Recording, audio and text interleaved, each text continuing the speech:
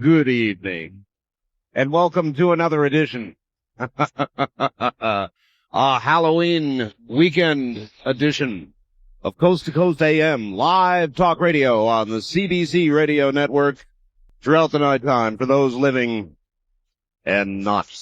I'm Art Bell, and it's good to be with you. This is the annual Coast to Coast AM Halloween show. And this evening, whatever the case may be, across all these time zones, we are going to talk about nothing but ghosts. A rather unlikely topic, save perhaps this weekend, this particular upcoming day, All Hallows Eve. It's very dark out there. There is no discernible moon, save the dimly illuminating stars. There's no light out there at all, and on this kind of night, of course, anything can happen. Now, when we do a ghost show, there are a couple of things I want to say before we get started. One, I treat this subject seriously, despite the opening laugh for you. I treat this subject seriously, ladies and gentlemen, for a lot of reasons. I've heard too many stories. I've done too many programs of this nature not to treat it seriously. As you may know, over the last year, I have been fortunate in receiving from a number of people photographs of what purport to be, and certainly seem to be, apparitions, ghosts. Something. Surely it is something, and I cannot tell you for sure that I know that there are ghosts, nor that I even understand for certain there's an afterlife. I don't know. I'm continually searching, and I want to know, and I suspect that mimics many of you out there. You want to know, and you're searching. And these stories, and this morning, may help you in your struggle with trying to understand whether there is really something to all this or not. So we take serious ghost stories. We don't joke. These are hopefully true stories.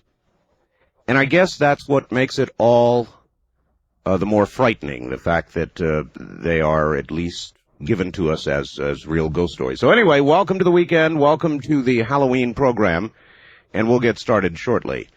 A couple of beginners for you, I've got a note for you. CBS Television, this Sunday evening, no doubt when we're on the air with Dreamland, will be airing a special Without Warning program. It's kind of an H.G. Wells sort of thing with regard to the possibility of an asteroid hitting the Earth.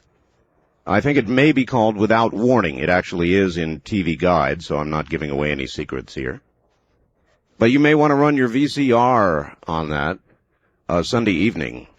And I believe it is called Without Warning, and it's going to be a realistic presentation with regard to the possibility of an asteroid hitting Earth or, being detected to shortly hit Earth. That'll be Sunday night, and I'm going to be rolling a tape on it, and I would suggest you do the same thing. Either that or roll the tape on us and watch that one way or the other. A couple of stories that I thought worthy of presentation to. Simple little stories, really. Mr. Bell, my dad and I have been doing a paper route for 3 years. We've been listening to your show for 2 now, and I feel this story might be good for your Halloween show. For a year and a half, we've been delivering newspapers to this house that has a large German shepherd that is kept on the enclosed porch where I put the paper. The dog had always been friendly, always waiting for a pat on the head. Well, about a month ago, I didn't see the dog for a while, didn't think very much about it, till he was on the porch. There he was one morning about 2 weeks after the last time I'd seen him. He was laying down. When I entered, he raised his head, and I gave him several pats, and I left. I didn't see him again after that. About a week later, we were collecting for the paper at that house. So I asked the owner where his dog was. He said the dog was very old, suffering from spinal problems. So he'd had to have him put to sleep. Had done it 3.5 weeks ago. This instantly sent shivers up my spine. And now I get into and out of that porch as fast as I can. That's from Josh in Spokane, Washington. This comes from Internet. Several years ago, I experienced a disturbing sight. I'm going to relate it as best I can. This gets all the dog stories out of the way. My wife, now ex, was lying in bed next to me. Light from the Circle K store next door was illuminating the room.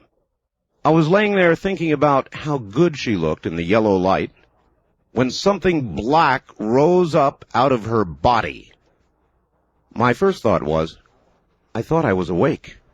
The blackness moved over me and formed itself into a black dog with glowing yellow eyes and dripping red, yes, the blood-glowed fangs. I screamed and held my arms over my head. My ex turned over and tried to comfort me. The neighbors pounded on the wall. The black dog took its time to dissipate. It seemed amused by my struggles while Brenda attempted to comfort me. The black dog has never reappeared, but I'll never forget it. Several sad events happened since that night. The most notable was the discovery that Brenda was cheating on me with an old high school flame. That's from Darkman in Seattle. Art, this story is not much, but it happened, and I thought it was a little weird. When my wife and I were first married, in about a year or two, we purchased a brand new home in Northridge, California. One night around 10 o'clock, my wife and I went to bed. I left the bathroom light on.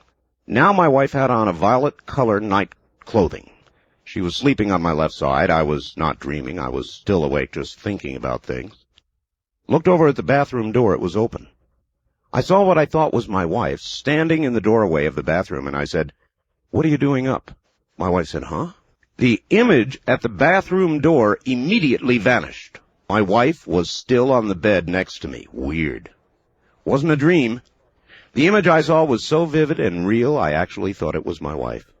As soon as my wife answered my question from her position on the bed, and the being in the doorway immediately disappeared, I told her what had happened. Now, any way you cut it, this was a strange event.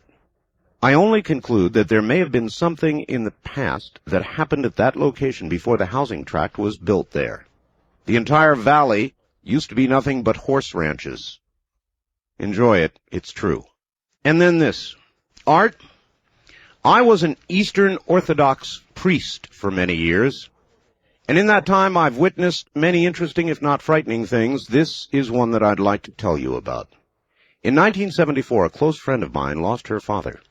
He'd been very popular during the 40s as a singer and guitar player on the radio. He and his wife had been divorced for many years at the time of his death.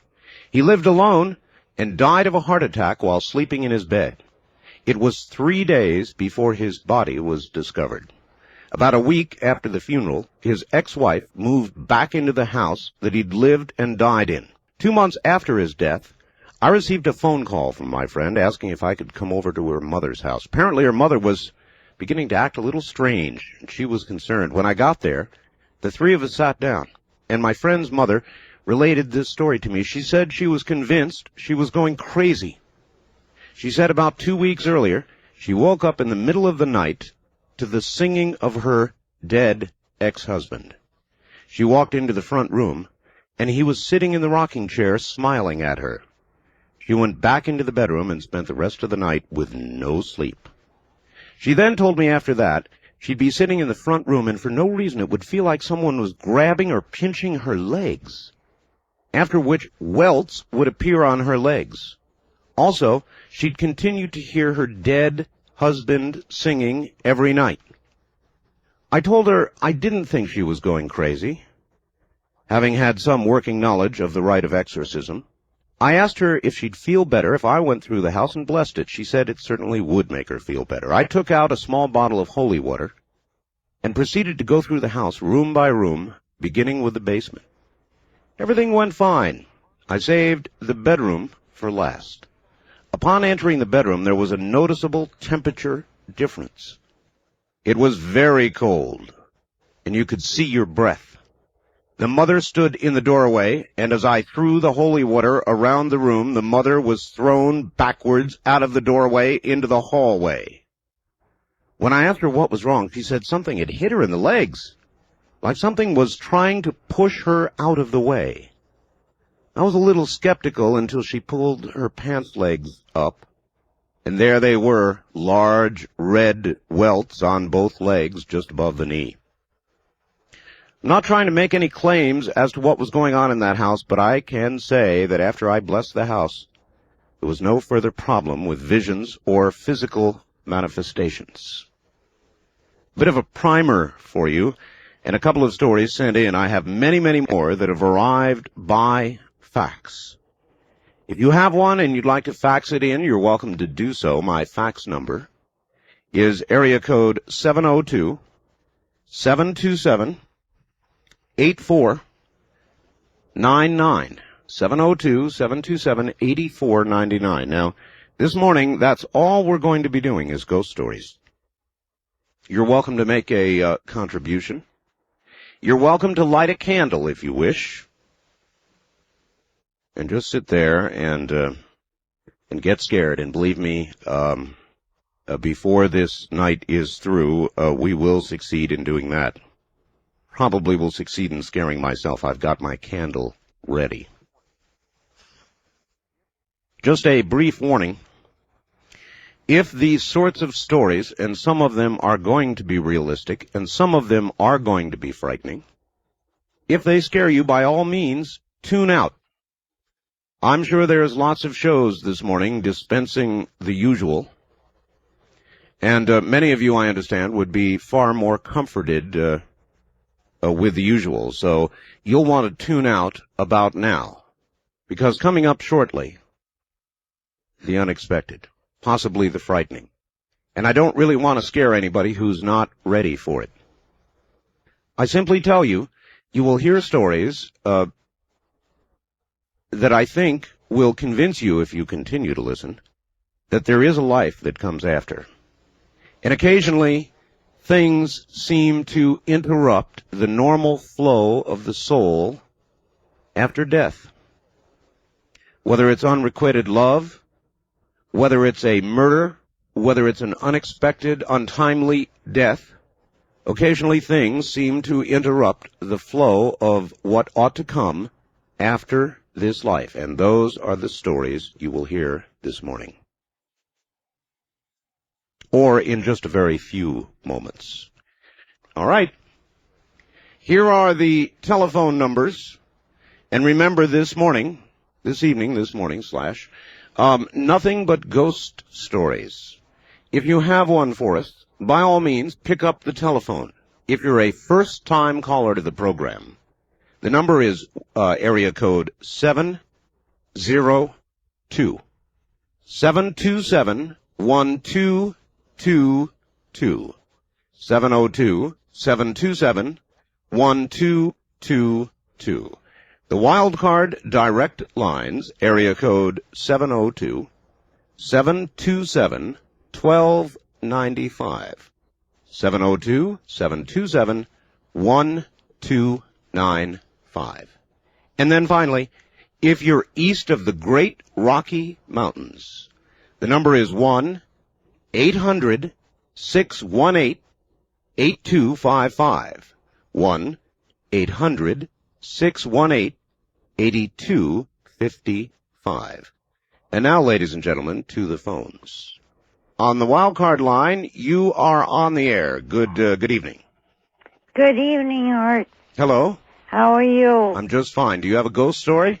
Yes, I do. My name is Arisha. I'm calling from Santa Maria. Santa Maria, what is your story? Well, when we purchased our house, we could not move in initially because one lady died. Her name was Nellie.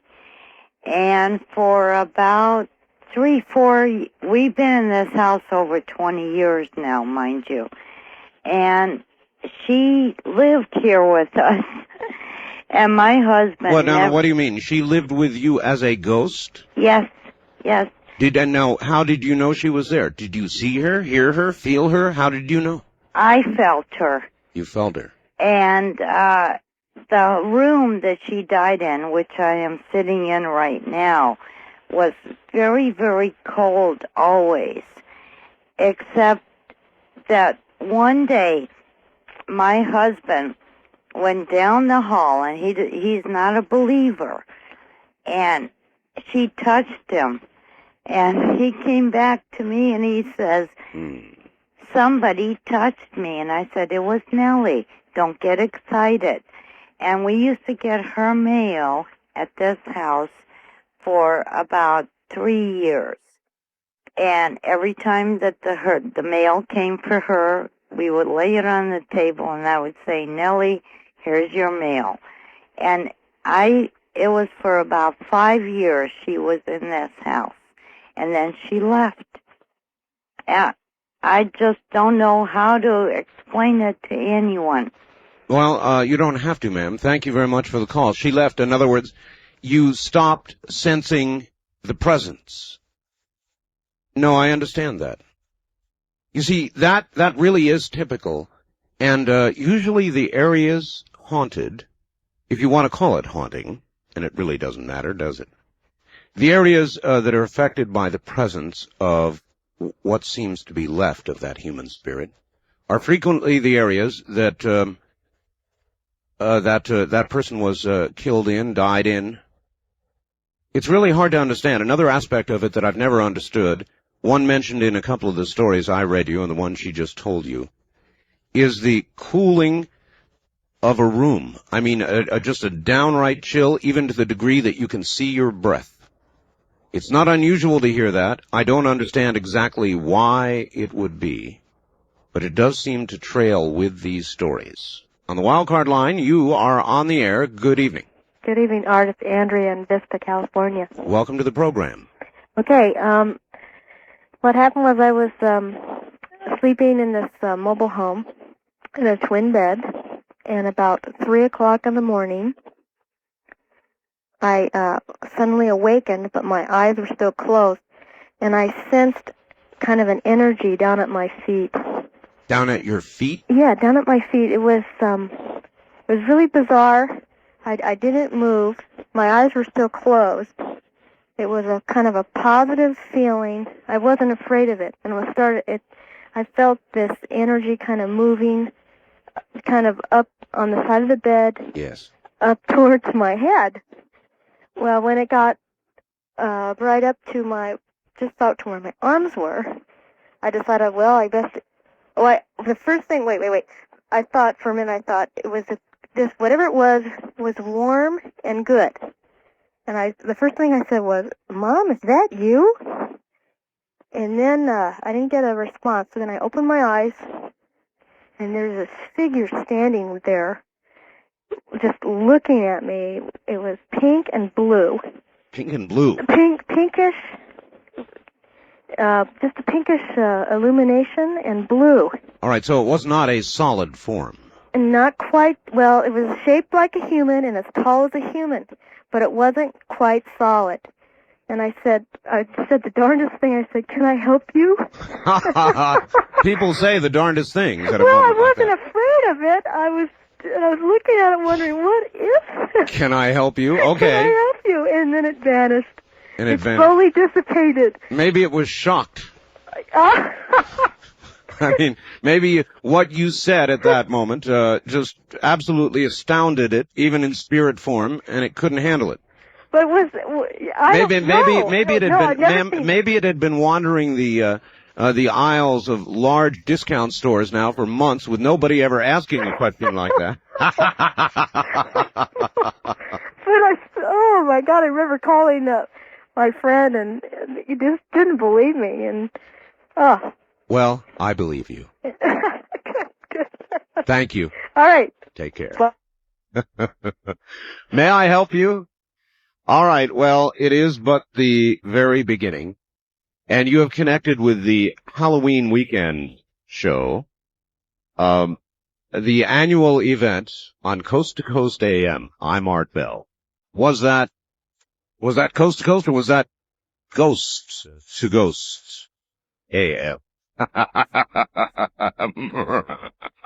Welcome, everybody. This is Halloween weekend, and we're telling ghost stories. If you have one, join us. If you don't have one, sit back, light a candle, turn the lights down, and prepare yourself We're going to do a little commercial continuity here and get it done so we can go roaring through without interruption.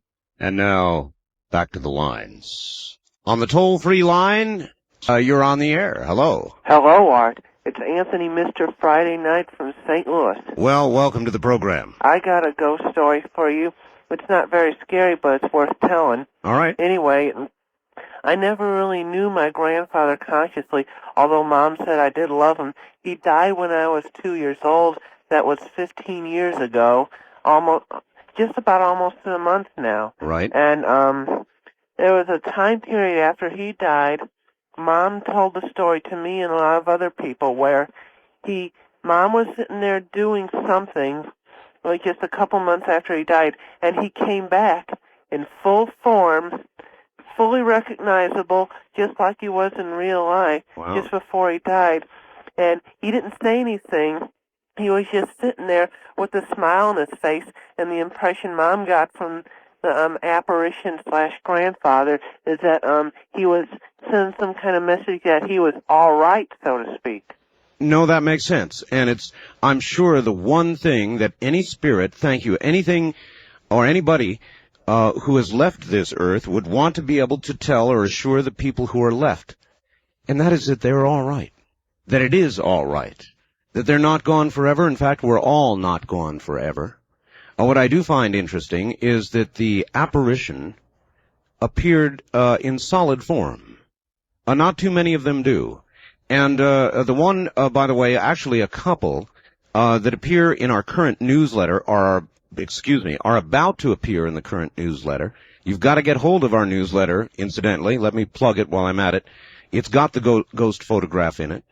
And I may read you the letter that is connected to that ghost photograph. It is very good. A lot of people have had comments on it. The one taken by the Stone Mason.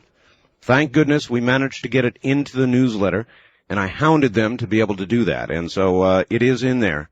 If you'd like to order our newsletter called After Dark, the Art Bell newsletter, you can do so by picking up the telephone and calling right now, or throughout the weekend, I might add, 1-800-917-4278. Now, this is for people with Visa and MasterCharge and such. To get the newsletter, it's only $29.95 for a year. It's 1-800-917-4278. On the toll-free line, you're on the air. Good morning. So it's Art Bell? Yes, it is. Turn your radio off for us, please. Okay. I have a story. Long time ago, when I was in my teens, I had a dream that I was walking down a road, and I looked to the left, and there was sheep and cattle and horses grazing, and it was beautiful pasture.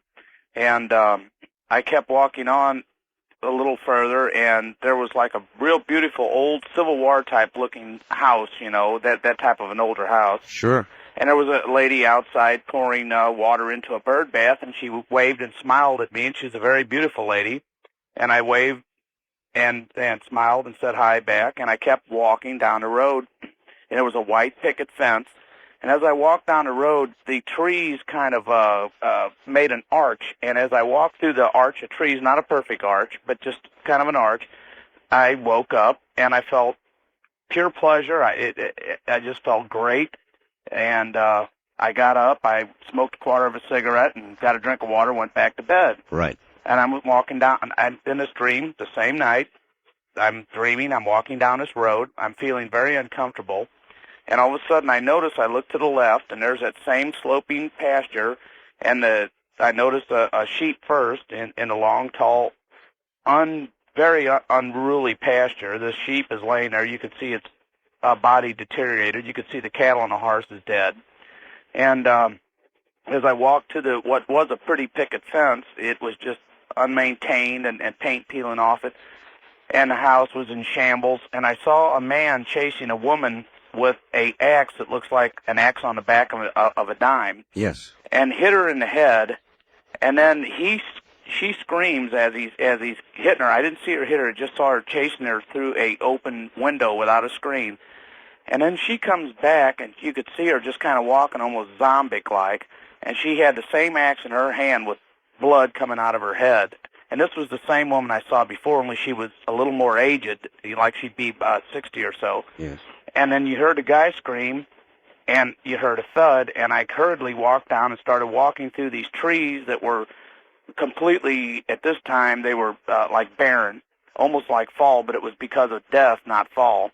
And I woke up, my heart was beating the whole 9 yards. Well, about 6 months later, my cousin and a friend of ours, we were driving along. We were out by the St. Louis airport. This is when it was very much undeveloped. And I felt a strange feeling. And I said, hey, pull into this driveway. The whole thing was a shambles.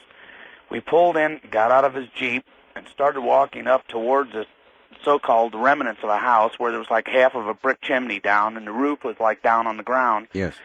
We all started getting bad vibes.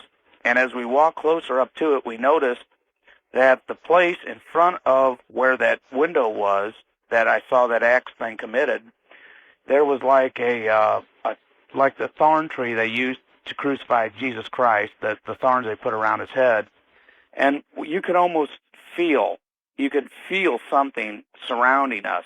And we never said a word to each other. We just looked at each other, and we slowly started walking towards the Jeep.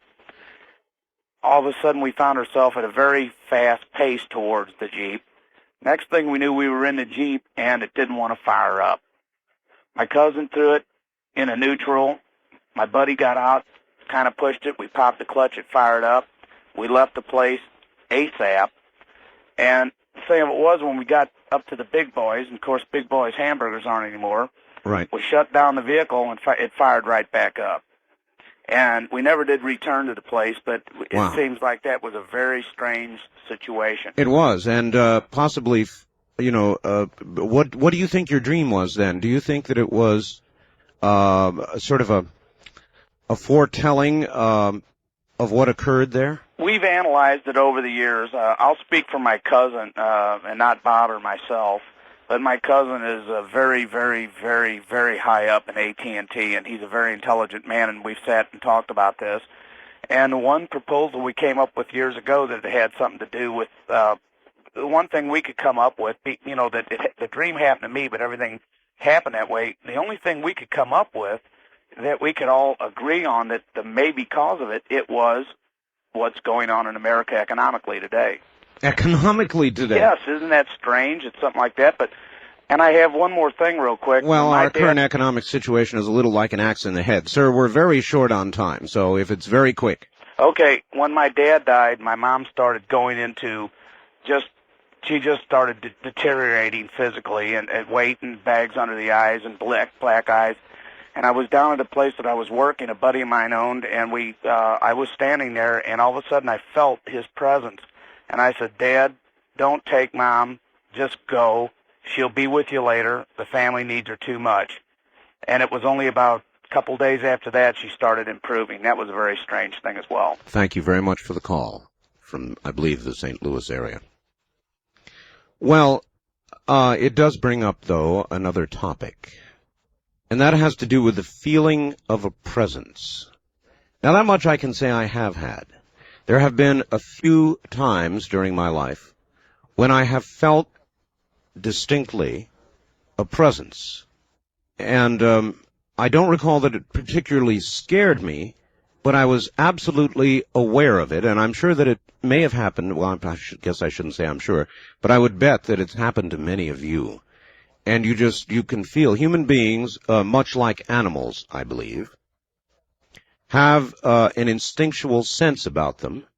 As you can sense somebody's actual physical presence in a room, I believe that the sensitive among us can feel the presence of other things and beings nearby. Does that make sense? It always has to me. And I don't think it's anything all that deep. I think it's just a purely instinctual thing that human beings have and have always had. Some are able to feel it now and use it now. Many are not because of the noise of modern civilization. It tends to blot out these more obscure, but I believe real feelings. On the wildcard line, you are on the air. Good Hello, morning. let me turn off my radio real quick. Thank you. Yes, remember to do that, everybody. We have a delay system here. It's very confusing. Yes, have you ever heard of about going into a mirror and, like, saying a word like any ghost or, like, Bloody Mary? Or Candyman? Well, not that, but I've done it before. Well, I have heard, sir, that people have had very strange experiences with mirrors. Yeah. What is yours? Well, I did it, like, around 12 o'clock. I think it was about when I was in 7th grade, and... Sorry, I'm a little bit nervous, too. It's all right. So, you in 7th grade, you looked into a mirror and did what? Well, I turned off all the lights, because that's what you're supposed to do, and I locked the door. Yes. It was late at night, so everything was quiet in the house, because that's how it has to be. Right. And I went, and I turned in a circle once, and I stared at the mirror and said Bloody Mary. Then I closed my eyes, turned around the circle again, and said Bloody Mary. Then I went again, and I did it. And I saw this like face that had like blood on one half of the side, and like something hit me in the head. I think it was a toothbrush hit me in the head, because I saw it laying on the ground and I didn't see it before.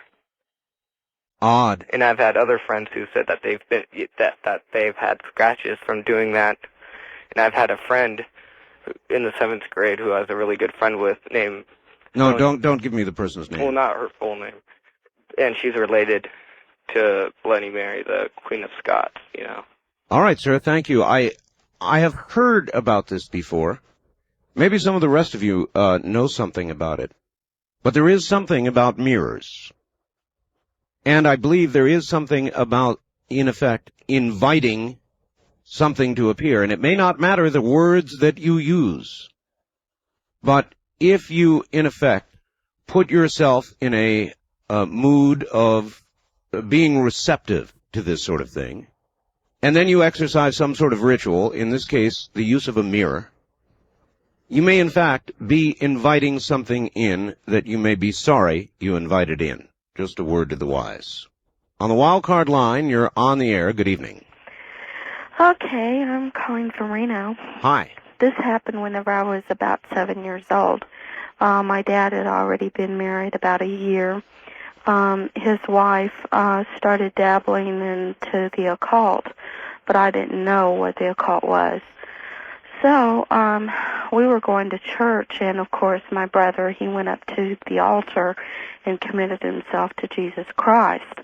And I didn't, because I didn't understand it.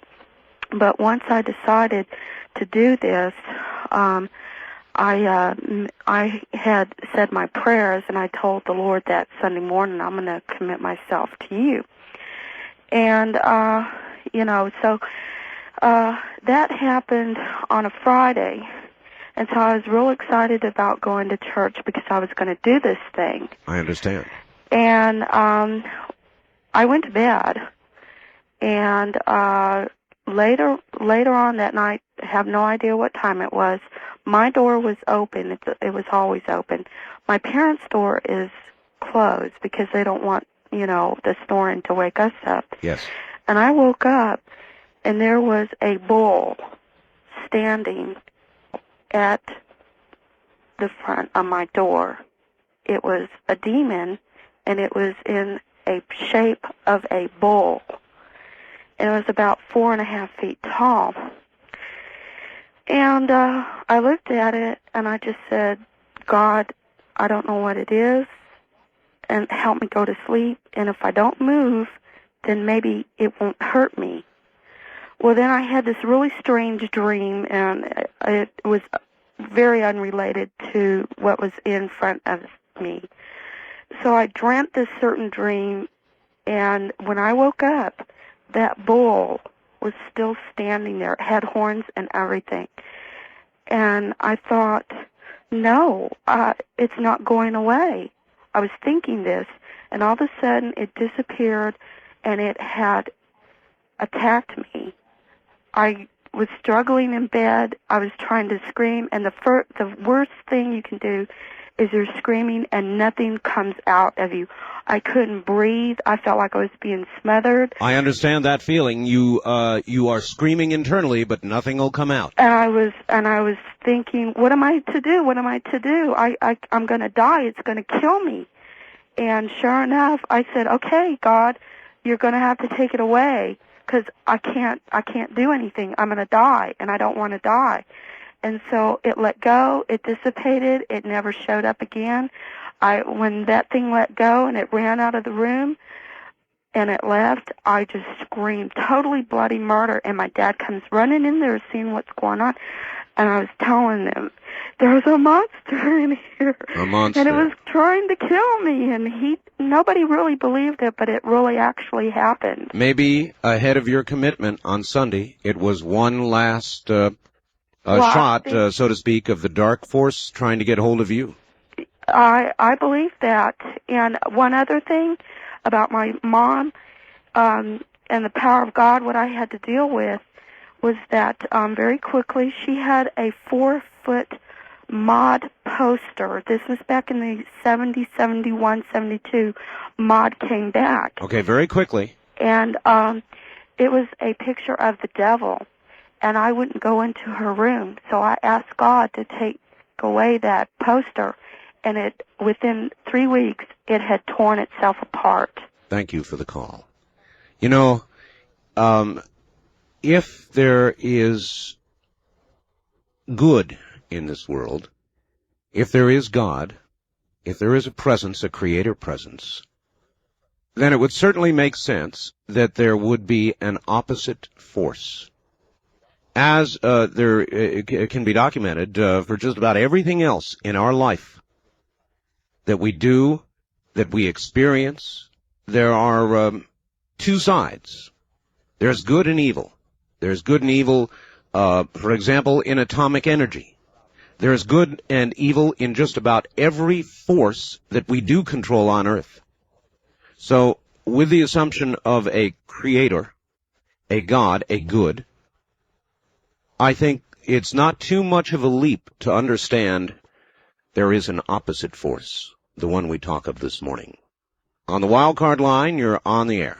Yeah, you're true about that, because they balance each other out. I believe so, sir. But you can't have too much of either. So I'd like to talk about what happened to me when I was 15. Okay, go ahead. Yeah, we were staying at a friend's house. Me and my mom were staying at a friend's house. Yes. For a little while. Right. So we find a new place to live. Yes. Where are you, by the way? I'm in Long Beach. Long Beach. All right. Okay. And see, certain times of year, this is certain part of the neighborhood in Broadway and Long Beach and everything. Yes. It's like a vortex. A vortex. Yeah, it's like a vortex. Certain things come through. Basically it's like a main doorway. A main hallway. You find different things. Like one time, my mother, seen like a little man crawling on her arm. And she woke up. On her arm? Yeah, on her arm. Uh-huh. He's all silver. And he left like deep footprints. She woke us up to see these little footprints on her arm. Really? And I looked down and said, yeah, they're footprints, Ma. Yeah. You figure she's joking. Went back to sleep. And I estimated the thing probably weighed around 40 pounds, leave such deep footprints. On her arm. It actually left footprints on her arm. Yeah, left footprints on her arm. Wow. All right. Thank you very much for the call. Now, what was that? What would do that? Well, there are those who would suggest this woman was dreaming. She was asleep, and she had such a vivid dream that the power of her mind actually caused those that physical evidence that he just talked about, footprints actually on her arm. But sometimes it's a little difficult to separate the real occurrence from the one in our mind. Maybe there is not a difference. Maybe that which does occur in our mind is in fact real. Does that occur to you? The distinction between that which we dream and that which we experience while awake? It's really, when you examine it, a very, very small distinction. This is the Halloween weekend show from Ghost to Ghost AM. Good morning. Welcome to Ghosts AM. It is the annual Halloween show, and we are telling ghost stories. It is Halloween weekend. Indeed, it is the weekend, so settle in, light a candle, dim the lights, if you dare. Art, this story is supposed to be a true one. Dick and Clyde had been friends since August of 1918, nearly 15 years. During their friendship, they had done some pretty remarkable things. However, none can compare with the prank they pulled on their girlfriends, Betty Lou and Mildred, on October 31st, 1933. October 24th, 1933, Betty Lou and Mildred were excited about the barn dance and hayride they were about to go on Halloween night. The girls just couldn't conjure up a prank to pull on Clyde and Dick that could measure up to the boys hanging a dressmaker's doll on Window Johnson's old dead tree in her front yard. Whatever that prank would be, it would have to be very good. During lunch, the boys propositioned them with a dare. The agreement was for the girls each to drive a stake into a grave at midnight on Halloween night, and the boys would pay them $10. The girls agreed, thinking they could come back with some gruesome horror stories to scare the boys out of their wits. October 31st, 1933, 8 o'clock at night. The foursome was having a great time at the dance. The boys kept asking the girls if they're sure they wanted to go through with the agreement. The girls were positive. During the hayride, the group leader was telling a story about a jealous husband's outrage with regard to his wife after finding her with a lover. During his panic, he murdered her, chopped her into small parts, and tried to dispose of her body. All the remains found were her two arms, now buried in Gracelawn Cemetery. Gracelawn Cemetery? The graveyard the girls were about to be at this very night. Mildred was in a frenzy. How was she going to handle this? Why did she let them talk her into it? Mildred came back to her senses. The hayride comes to an end. She could hear Betty Lou and the boys planning out the evening. They all were to meet at the general store at 1 a.m. after the graveyard incident. The time finally came.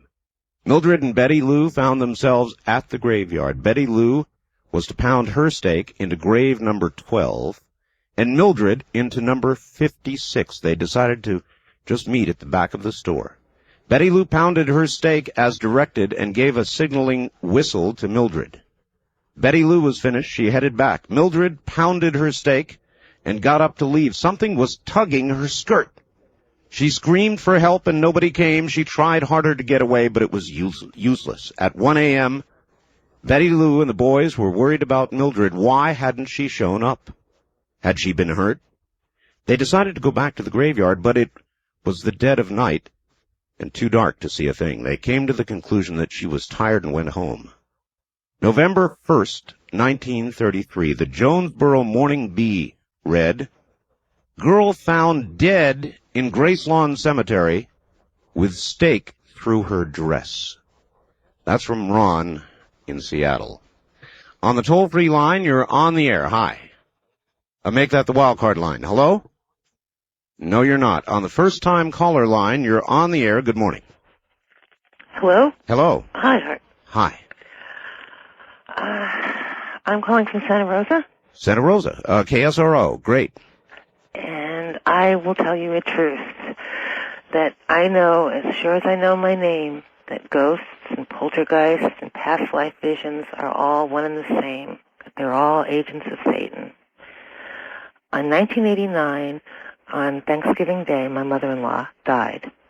And I hadn't spoken to her for 3 years because I'd had the consummate nerve of questioning her about Grandpa drinking and driving with my son in the car, and she never spoke to me again.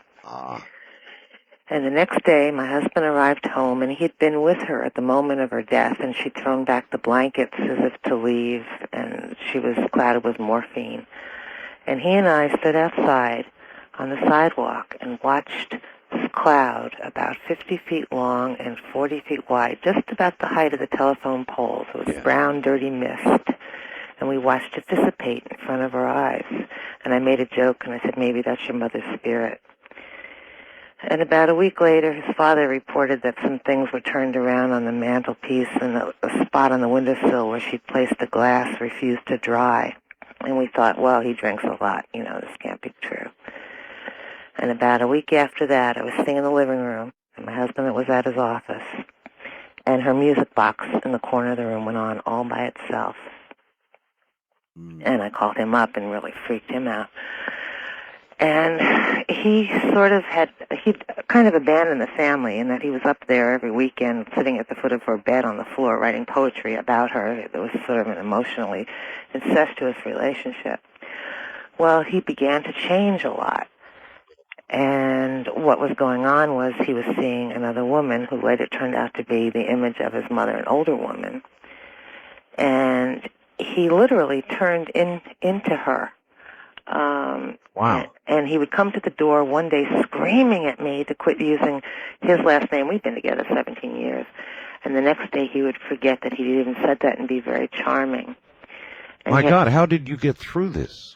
It's still going on. My son, he spirited my son away, and my son became addicted to drugs, showed up on my doorstep last October, all into the master, and saying to me, Satan rules. And he brought with him head lice, body lice, chicken lice, and mites. And a year has gone by. I've spent $3,000, and I'm still fighting these things. My son has come and gone. Before he left, he said to me, the master has plans for your life. The next day, my brake fluid was drained. Just weird things just keep happening in this house. There's an odd smell in his room of rotten oranges. I had 2 other people stay just for brief periods of time, and there was dead smells coming from underneath. And I'm still battling this at this moment. My God. Adam's family values. Oh, man. Really? All right. I appreciate your story, and I wish you well, ma'am. I don't know what to tell you, but I think, faced with a similar circumstance, I would give even my son, under those conditions, the old heave-ho. And I would try and free myself of that. Because I believe you're in a dangerous situation. On the toll-free line, you're on the air. Good morning. 1 second, let me get the radio. Yes, thank you. Turn them off the moment you get on the air, please. This is actually Coast to Coast AM. Hey, Art, how you doing? I'm fine, sir. Do you have a story for us? Yeah, this is Dale from Portland, KEX. Yes, Dale. Yeah, I'm originally from West Virginia, and I had my grandfather tell me a story a long time ago about his great-grandfather had told him a story of, I always get nervous on here. Okay, but they had bought some, plantation down in Logan County, West Virginia. Mm-hmm. And it had a big field, and they hadn't found out. This is all a story told me by my grandfather. And my great-grandfather tried to plow up the land and everything there, and the ground was real rocky, and when they later looked, it was like makeshift little grave markers. Oh, really? Yeah. Well, my grandpap told me that one night my grandfather was awakened by chains rattling and screams and stuff like that, right? That can't we at least have peace in our, death and stuff? Yes. And my grandfather told him, he said, well, he was probably just having a dream. And he said, yeah, he could have been having a dream, but, all the grandchildren heard it too. So I was kind of like freaked out by that story, so. I can imagine. Did he ever continue to try to plow that land? No, or? they discontinued plowing that land. I can they imagine. left it alone. I can imagine I would have too. Thank you very much for the call. I wonder why spirits, or those who have left, are in any way at all attached to or concerned with their prior physical bodies. Or maybe it would be true that a spirit would be still attached to, thinking about their physical body. I don't know. I mean, who knows about these things? But so many of the stories seem to concern the bodies that have been, that are now buried below the earth. On the wild card line, you're on the air. Good morning. Oh, hello. I'm calling from San Diego. Yes, sir. Yeah, I'm sort of a skeptical mind about these things, and don't believe in anything supernatural. And but just the other day, I was sitting down with my sister, and we were just talking about things, and we had one of her children, my nephew Jesse, was with us, and talking about things that things that scare him and so on. And he mentioned the ghosts, and I naturally I spoke up and I said, well, there's no such things as ghosts. And then my sister spoke up, and we're pretty close, and she said, in all seriousness, she said, well, the ghosts are the one thing I do believe in. And she never had told me the story before because she thought she would just be laughed at. But she would see she's seen these figures in this duplex that she's living at. Yes. And one of them is in her one of her children's bedrooms. Her other son Casey is 7 years old, and she would see this figure in there, and the first couple of times she would think it was Casey, and she would look in there and she saw this small child dressed in sort of with a strange hat and suspenders, and sitting on the floor playing. And she went into the to look into the doorway and said, "Casey." And then Casey would say, "What, Mommy?" or whatever. He'd be in the kitchen or the living room down the hallway, the other side of the house. And she turned around and there would be Casey. And then she would look back and the figure would be gone. And she's also seen one other figure in the hallway. She has her bedroom right off the hall, and she leaves the door open most of the time. And she would see this figure, like when she was reading a book in bed or whatever, and she would just like out of the corner of her eye notice this man with a dark beard, and then she would look up and it'd be there for an instant, and then it would just disappear. Do you have any idea what these entities are? I have no idea, absolutely no idea. And she had never told this story before, and it was just it's something that kind of spooked me because I just something that I don't believe in, and but the fact that she was telling me with such sincerity and conviction that this had actually taken place. I just what do you fancy, sir, happens to us after we die? Well, my my normal belief is simply that I'm sort of based on a rational, that when the brain dies. So in other words, you've always thought lights out, that's it, show's over. Well, yeah, in all probability, that would be my general conviction. All right, sir. Thank you very much for the call. That's it. Lights out, show's over. That's all there is. It seems to me less likely than the alternative that there is some sort of survival following physical death, and I do believe there is. And I do believe the story you told and others you will hear this morning. On the wild card line, you're on the air. Good morning. Morning, Art. Hi. This is Dave from Portland, Oregon, KEX Country. Wonderful, Dave. Glad to have you. Have I got a ghost story for you? All right. I rented a place several years ago above an old store called Liberal Store just north of Malala. Huge 3-bedroom, what they call a upstairs apartment above the store. Right. My wife and my mother and I moved into the place. I love the place. There was a room in this place that it was about 110 out that summer, most of the summer. Beautiful swimming weather. There was a room I used to go into and play handball against the wall because it was a huge bedroom we had no need for. I understand. I never sweated. I never got hot. I never had any trouble in this place. I worked graveyards. Right. I slept perfectly in this apartment, even in the heat of the day. My mother began having episodes, swinging chandeliers, fingerprints left on her arms from something touching her. She'd scream, "Oh my God, something's touched me." And you could smell lilac perfume vividly. My wife and I, and her little sister and her little brother, were sitting eating hamburgers one night, watching TV. They had done the dishes after dinner was made, before we ate, and we heard a big crash. Went in there, and all the dishes were scooped into the sink. Oh, boy. My wife's stepfather has a beautiful Alaskan Husky dog, a large dog. He says, "Oh, I think you're crazy. I don't believe in it." He said, "I'll bring my dog over. Dogs are supposed to know about these things," is what they say. I said, "You bring him on over." His name is Butch. Brought Butch over. Butch came in, looked around for a few minutes. We let him go. He was snooping around. Pretty soon we heard him whimpering in the bathroom. Now, this is a 65-pound Alaskan Husky. He would not come out of the bathroom. When we finally forced him to come out of the bathroom, he walked around an invisible pylon in the doorway. No. And he would not go back, and he ran out the door. 3 nights later, I come home from work off the graveyard. I'd come home early because I'd worked like a half shift. My mother and my wife are sitting on the tailgate of my pickup. I drove my mother's car that night because my truck wasn't running right. And my wife says, "I want to move." She says, I want to move tonight. And I said, what's wrong? She says, you know we've been having these problems. I said, I've never had a problem. She says, let me show you something. Went upstairs, and all of our Bibles were on the floor, and they were all open to the area of the Bible where it talks about King David quite often. And my mother... Look, for one thing, let me stop you. I agree with your wife. I'd be gone.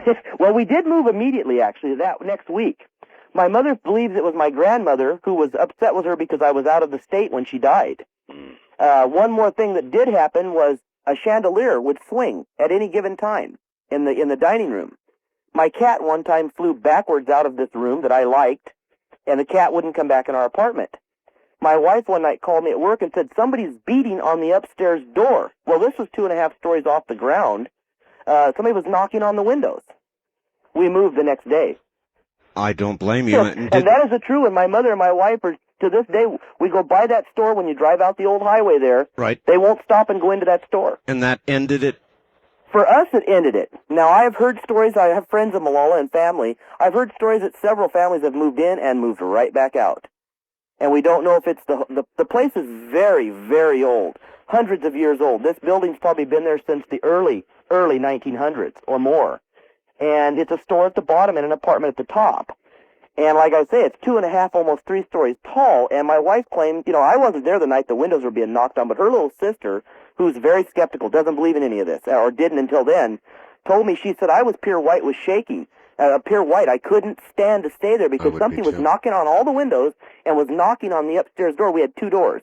A downstairs door that led to the outside. You came up a long stair corridor. And you really did it. You really moved. Yes, we did. Do you swear to us this is a true story? Honest to God, I swear to you, my wife is in the bedroom listening on the radio to hear me tell the story. She's the one that wanted me to call. My mother's standing here looking at me with this funny look on her face. It's an honest to true story. I've had friends come to my house. Her little brother came and spent the night. Prove it to me. Get your wife. Okay. Dean. I'll tell you what. Now hold on. Now okay. I'm coming up to a break here. All right. Okay. And so what I'm going to do is break. You won't hear anything on the line during the time that we're gone, but don't worry. We'll come back to you right after the break. How's that? Okay. We'll be waiting. All right. Good. Thank you. Stand by. Stay right there. And this is perhaps yet the best example of what I was telling you about. If this kind of thing scares you unreasonably, then my suggestion is to tune out, because it sounds like it's well underway. This is Ghost to Ghost AM. Good morning. Welcome back. This is the best talk radio in the nighttime, the largest, fastest-growing nighttime talk radio program, and this morning we're talking about ghosts. If you have a story, we'd love to hear it. If not, sit back, dim the lights, and prepare yourself. Now, if we are lucky, back to the telephone now, and the continuation of the story we were hearing, or the confirmation of it. Hello? Hello? Yes, sir. Yes, I'm back. You're back, okay. And my wife is sitting here, we were discussing this, and she says, well, I was a skeptic until this happened. I didn't believe in poltergeists. Now she's here to tell you about it. All right, put her on. Here she is. All right. Hello. Hi there. I swear this story is true. I swear. It is true. Yep, I never ever believed in anything like this before. It is so bizarre. And you are the one who said, that's it, folks, we're out of here? Yep, I refused to go back. We went and stayed with relatives till we could move. I refused to spend another night there. Wow. I wouldn't go back. Well, I must say, I am with you, and I would have been the person first saying, we're out of here. Yeah, well, it happened for like 2 weeks before any of us ever mentioned it to each other. We'd all been having like little episodes separately. And then me and my mother-in-law were sitting there one night, and I said, what's going on? And this cabinet door was opening and closing in the kitchen. Oh, boy. And that's when we discussed with each other and said, we think we're living here with a ghost. Mm-hmm. Well, I can imagine that would occur, that everybody would have little things that would occur to them, and you kind of dismiss them, or... Well, yeah, because you don't want to believe it. You don't want to believe it. You never want to believe it. That's right. But then you start putting it all together, and you all see it. And it is, and it too much started happening.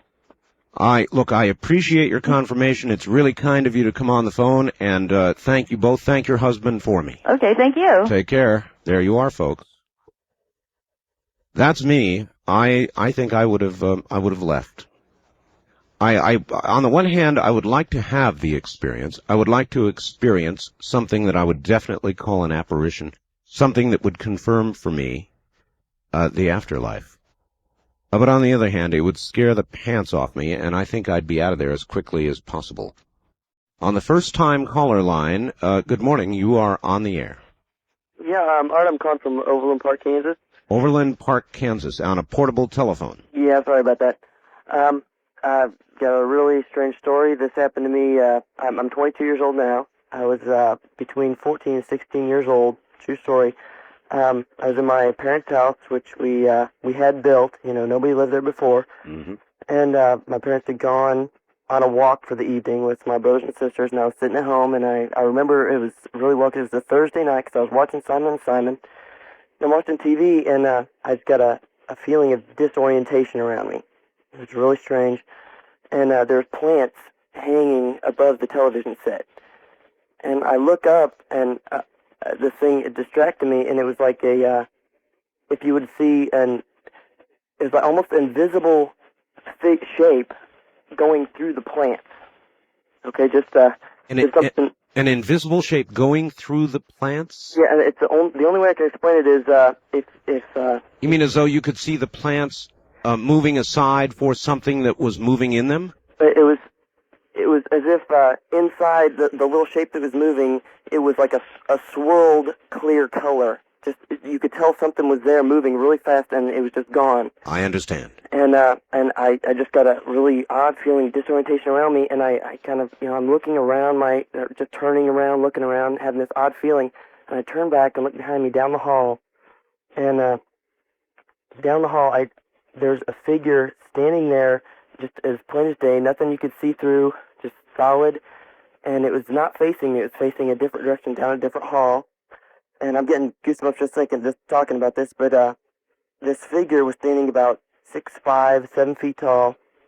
I couldn't tell. It didn't look like anything was touching the ground. And it was a white figure. It had the head of this figure was like almost like a knight in armor's helmet. Ooh, that's weird. But it was completely white, and just a shiny white. And the helmet came down kind of around his chest, its chest, and there's a white robe hanging down off of the helmet. And that went down almost to the floor. I don't know if it touched the floor. It was just, all it was a white robe with this helmet, and it was facing a different direction. And as I sat there and stared at it and just could not move, it slowly turned towards me. Just pivoting, no leg movement or anything, just moving towards me. Just not moving towards me, but just turning towards me. And as it faced me, I was just so scared. I closed my eyes and opened my eyes, and it was gone. And now I'm curious. At that moment, you closed your eyes and opened them, and it was gone. A lot of people would say to themselves, that means I was imagining it. Right. Well, nothing like that had ever happened to me before. No traumas in my life to do anything like that. And when it turned to me, it was a matter of 5 or 7 seconds as it turned. I was watching it turn towards me, and it turned towards me, and it was gone, and I just sat there, curled right next to the TV until my parents came home. It had just gotten dark, and I just sat there for, 20 minutes or so, just not moving, just shaking. And I do understand, sir. When this occurred, did you have a feeling of evil or fright, or how would you describe your emotions? No evil. My emotions were just, I don't know what was happening, and there's just a feeling around me of just a tingling feeling, just like, what is going on? Because nothing's ever happened to me, like that in this house before, and it seems like no reason for it. I've never heard a story like that before. Well, a young lady called earlier and said too scared to scream, to actually make noise. Yeah, I can understand that. It's just a feeling of awe. Just like, you don't think about it when it's happening at all. You don't think about it until it's over with, and then it's just frightening. I appreciate your story. Thank you. It was a Sunday night. I worked the graveyard shift and got done getting ready for work a little early. Since I had about a half hour to kill, I sat down, put on the headphones to listen to the stereo. As I relaxed, I got that eerie feeling that someone was watching me. Couldn't resist the feeling, so I turned around and saw someone run down the hall. I knew my roommate was out for the night, but thought, well, maybe he'd come home and was playing a trick on me. Went down the hall, turned on all the lights, called out to him, no response. Okay, my mind is playing tricks on me. So I sat down and put the headphones back on. I started getting that strange feeling again that someone was watching me. This time I turned around quickly and again saw someone run back down the hall. At this point I was getting scared. I ran out of the apartment, went to work. Later called my roommate, told him what happened. He told me I was cracked. The next day seemed fairly normal. I went to bed around noon. About 7 that night I was awakened by the sound of a girl crying. It was dark in my room, but I could see the living room lights from under the door. I thought to myself, my roommate and his girlfriend had gotten into a fight. I laid there for a while, and the crying continued. The more I listened, I could tell that the crying wasn't coming from the living room. So I sat up in bed. And there was a girl sitting on the chair in my bedroom. She was about 16 years old, wearing a blue dress from the late 1800s, long blonde hair, and crying. When I asked her who she was and what was wrong, she looked at me with a frightened look, stood up, and disappeared right into the wall. I came running out of the bedroom. My roommate was sitting quietly watching TV. I told him what had just happened. He, of course, didn't see or hear any of it, didn't believe me. Never saw the girl again. To this day, I have no explanation as to what happened. That's from Pat in Scottsdale, Arizona, listening to KFYI. Thanks, Pat. That's a hair curler. On the toll-free line, you're on the air. Good morning. Good morning, Art. Yes, sir. Where are you calling from? I'm listening off of San Antonio, WOAI. Yes, sir. And where are you? Well, I'm in Denver, Art. I can't listen that late on Sundays here. No, I understand. Go right ahead. Okay. Well, I don't know how scary this is, but it's true. One night I was sleeping and I woke up to find myself. You talk about feeling a presence, and it wasn't a divine presence, but it felt kind of ominous to me. In fact, I was kind of frightened, but I felt like a weight on top of my body, and I started feeling myself spinning on the bed, which, like I said, it did frighten me, and I wasn't having any of it. So I started, not that I'm particularly, well, I am religious, but anyway, I started reciting the Lord's Prayer, but it wasn't having any effect, and I said to myself, well, geez, a lot of good this does, you know. And then, oh, ye of little faith, I'm tempted to say. In other words, you tried the Lord's Prayer once, and when the weight was still well, no, there, I was repeating it over again in my head. Yeah, okay. Then I found myself making a sign of the cross with my arm, this just big, gigantic sign of the cross. And the interesting thing is this. I had the bedroom door closed, and this Labrador who's passed on, her name was Angel, black Labrador. The door was closed. I didn't make any noise. She just starts barking her head off. And I just thought that whatever it was at that time had left, and then these geese a quarter of a mile from the house started squawking their heads off. And I thought to myself, well, did they hear Angel barking? Or, you know, did they? I just kind of imagined that whatever this was flew over them, but that's the story. All right, sir, I thank you. And again, it's the sense or the feeling, and another story with regard to a dog. Isn't that interesting?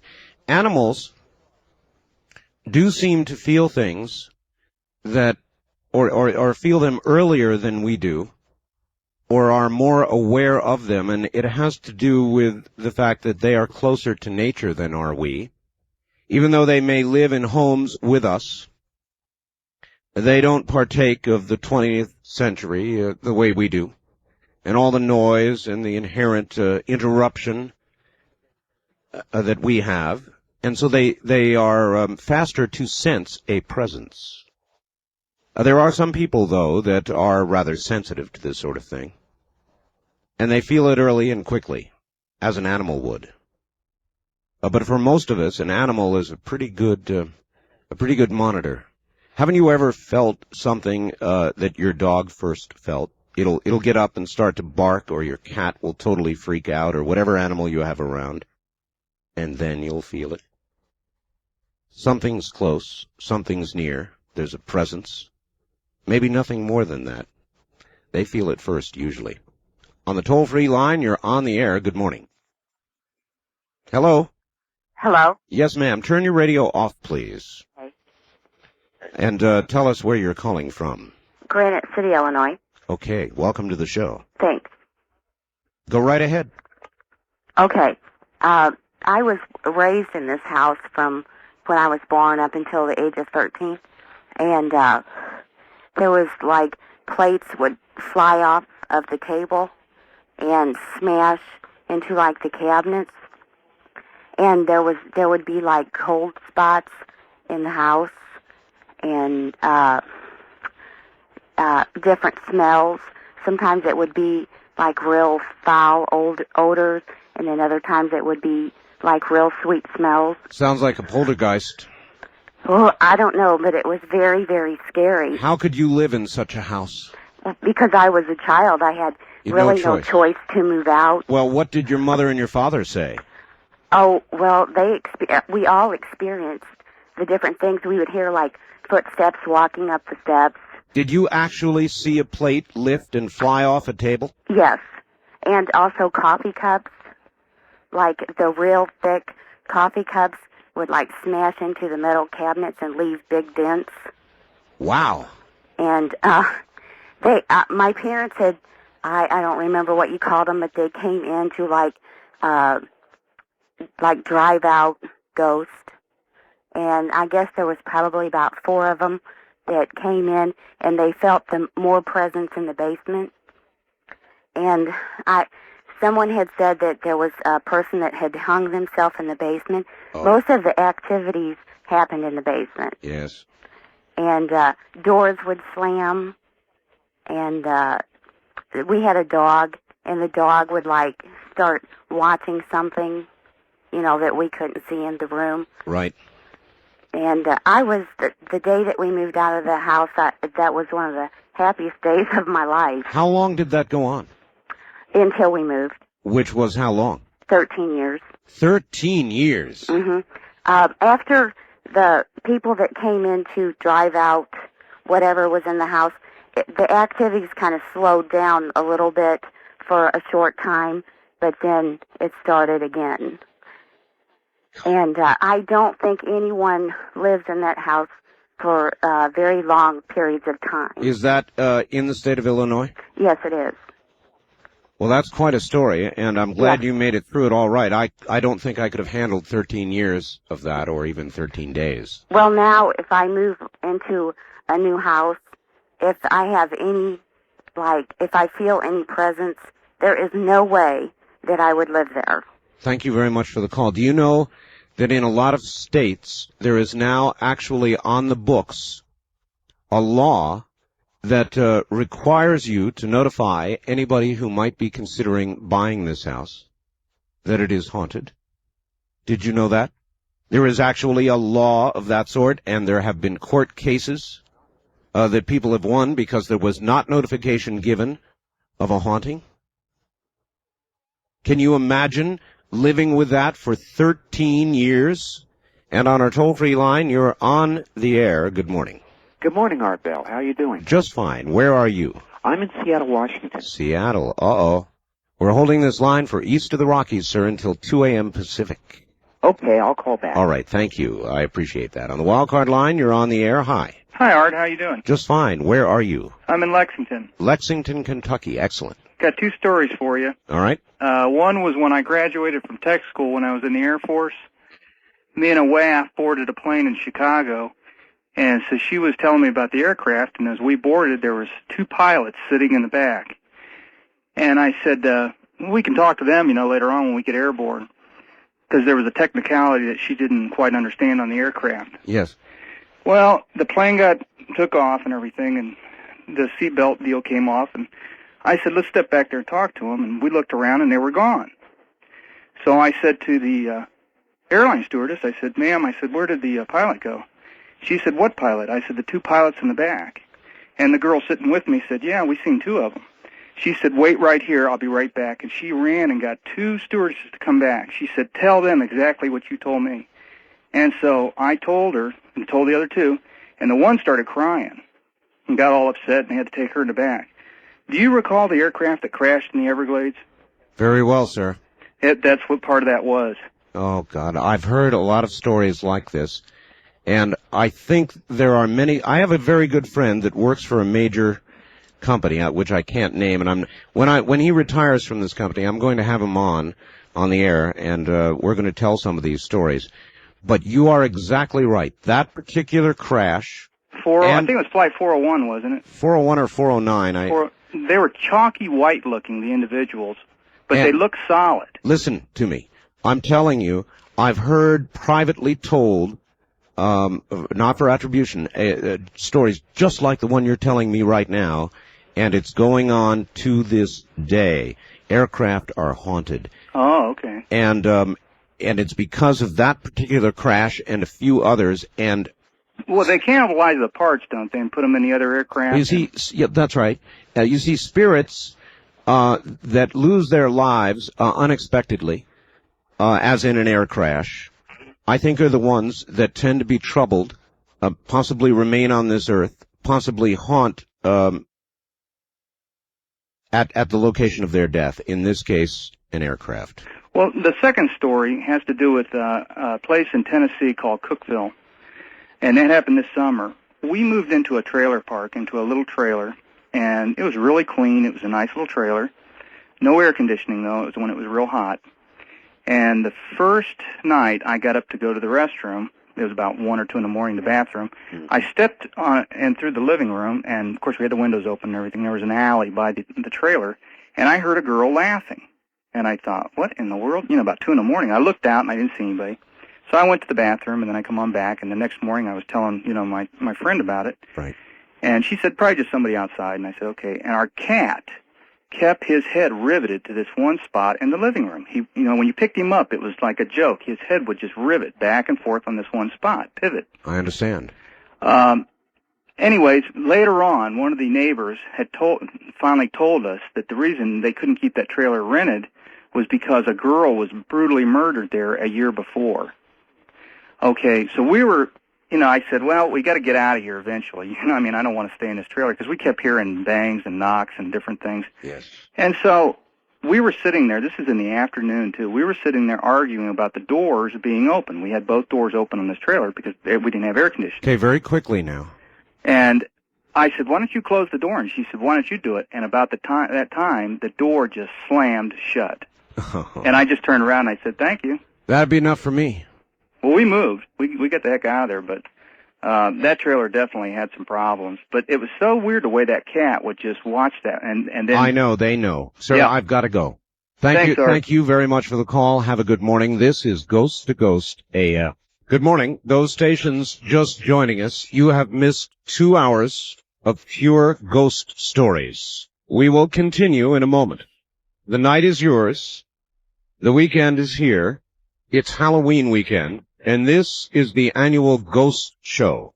The only thing we take all night long are ghost stories, and we've had some buttes so far, believe me. Here is one just faxed in, and you are welcome to fax in a ghost story if you have one. They're better when they're short, and I would appreciate that. The fax number, area code 702-727-8499,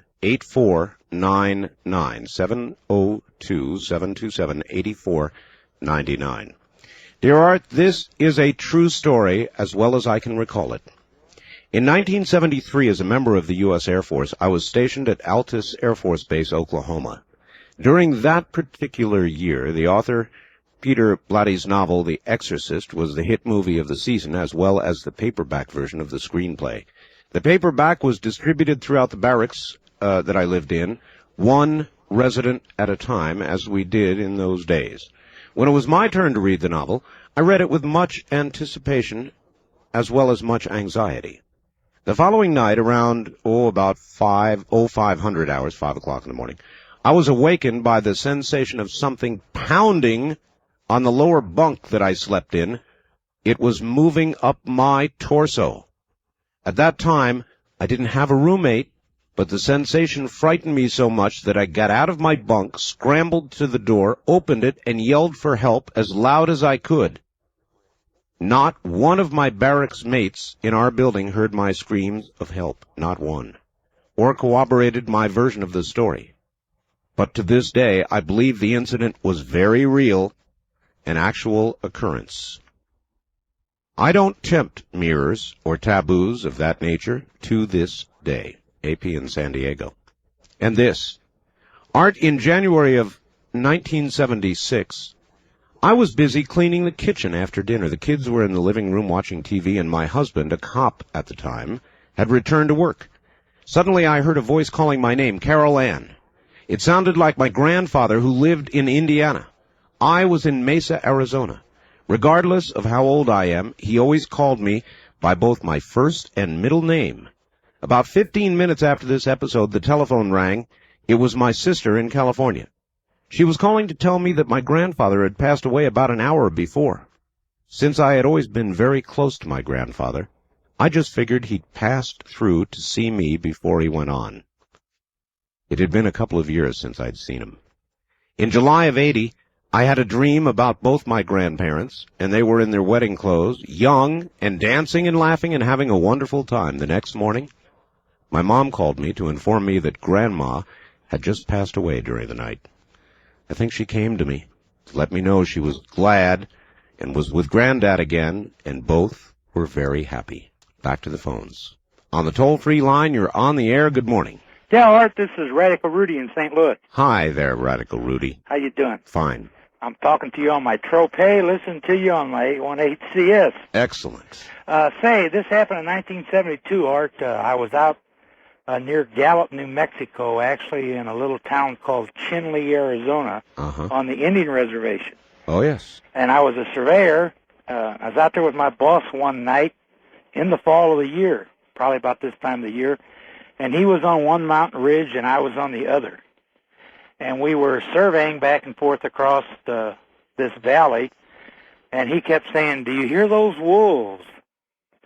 And I said, "Man, I don't hear any wolves." Wolves. And he said, he said, "These Indians supposedly can turn into a wolf." He said, "I hope there's no burial grounds over there by you." And I was in a Jeep, and the top was off of it. And I was sitting there. It was kind of warm, and I was starting to get spooked a little bit because I had never seen anything weird or anything. But I'm sitting there in a Jeep, and I got my arm hanging out the window, talking to my boss on the radio, and all of a sudden something started licking on my hand. I almost panicked. I jerked my hand up, and I looked out, and it was an old hound dog. But I'm telling you, that seat was very unclean for several days. I'm with you. All right. It really scared me. Thank you very much. I can imagine it would. I mean, you're set up for that. Your arm's hanging out. That's actually kind of funny. I appreciate the story, sir. What we're telling are true, real ghost stories for the most part. That was an almost ghost story. And I'm sure that the emotion he felt at that moment was very real. You can get psychologically set up for something like that, which may have happened to him and certainly may have occurred also to the man who was reading The Exorcist. I mean, cannot be a better setup than that. The Exorcist had to be one of the most frightening movies ever done. And to this day, I believe The Exorcist is one of the most frightening movies ever made. And if you sit down and watch it today, it will scare you as much as it did then. There was something about it that no other ghost film quite ever lived up to. And I'm not sure what it was. I believe it had to do with the church and its involvement. I'm not exactly sure. But nothing has quite ever lived up to it. The other film that I thought was very frightening was the original Poltergeist. Very well done. On the toll-free line, you're on the air. Hello. Art Bell? Yes. This is the Agile Independent from Austin, Texas on the mighty WOAI. Austin, Texas. Yes, sir. When I was a kid, about 7 years old, I stayed with my Aunt Marie in the country. Yes. It was a pretty nice thing, except for when we had to go to church, and this is a ghost story. Well, a kind of one. Okay. They were charismatic, and they would run around and act real silly in church, and so they'd make all us kids stay in the back of the church where we couldn't see them be silly, and we'd get really bored. So one day we decided to do something as a group, us kids, to offend them. So we found this pin and this little salamander lizard, and we nailed it to the wall, and we told them that if God didn't accept this sacrifice, we were giving it to Satan. And naturally, they got really upset, but they didn't do anything terribly bad. The next night, when I was asleep, for some reason, I bolted straight awake. And I kept my room really clean. Well, actually, I didn't. My Aunt Marie did. And when I looked into my closet, there was a thing sitting there. This thing, I mean, if it weren't for the way this thing looked, I would have thought it was a nightmare. What was it? It was, if you can imagine something that's four-dimensional, it's a pitch-black room, and this thing is so dark I can clearly see it. I mean, it was kind of like black light. And along the edges of it was you could see its edges because it's like the very air around it was repelled by it. Like it found it obscene, and it's like the very matter around it just was repelling from it. Oof, that'd do it for me. Well, the only thing about it that actually looked physical was its teeth. It was a triangle with a slit up the center that ended in a little round thing. And when I looked into its eyes, which at first looked like kind of pools of light blood swimming around, it got two blue dots that looked just like my eyes that were in the center of it. And the longer I looked at it, the faster my heart began to beat. I got so scared I tried to yell out and scream for help. And I couldn't. My voice just stopped. I couldn't. I understand that kind of fright. So frightening you cannot scream, not out loud. Exactly. So the last thing I did was cried out to God for help in my head. It was all I could do. And the next thing I knew, it was morning, and I was laying down in bed, and I don't remember any time passing between those events. Could it have been just a nightmare? That would have been my attitude, except for one thing. Yes? Nothing on earth could look like this thing. Oh, and in the morning I looked into where the only other antidote to the story was I did open the closet because it was closed again when I woke up. Yeah. And my toys were piled end on end. Oh. And my toys were kept very, very straight and neat. That was the other thing. They were always lined up very neatly on little shelves in the back, and they were totally jumbled as if someone had deliberately turned them over and upside down, but none of them were broken. That'd be it for me, partner. Yeah, I mean, but no, try to imagine something that's four-dimensional and that the very environment around it, it just finds it obscene and repelled from it. I understand. Imagine your eyes being sucked into this thing and seeing your own eyes looking back at you. No, thank you. I appreciate the story. You're welcome. Thank you, from Austin, Texas. Well, this will sound silly to you, I suppose, but my wife knows. She may not know why until I tell you now. I know she's listening in the next room. I always close closet doors. I don't like closets. Closets are dark places where if anything was going to come, I would think it would come. And I always close closets before I go to sleep. Now, what is it about closets? They're dark areas from which things come. Everybody knows that. It's just a habit. I don't like open closet doors, and so before I go to bed, I always go over and close them. And that's why. Probably shouldn't admit that, huh? But it is true. On the wild card line, you're on the air. Hello. Hello there. Going once, going twice, going three times. On the wild card line, let's see, number 2, you're on the air. Yes, Art. This is Henry in Taft. Hello, Henry. I like your program tonight. Very interesting.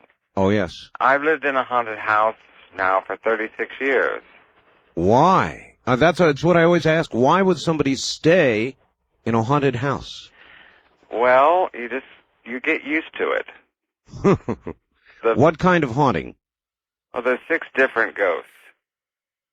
And it took me about 20 years of research to find out what happened on the property. And there was a tragedy, 2 different tragedies, one in 1903 and another in 1906. It's always an early death, unexpected death. Violent death by fire, both cases. Oh, boy. And so, with the property came the ghosts. Well, what kind of haunting has it been? Everything. Doors opening and closing.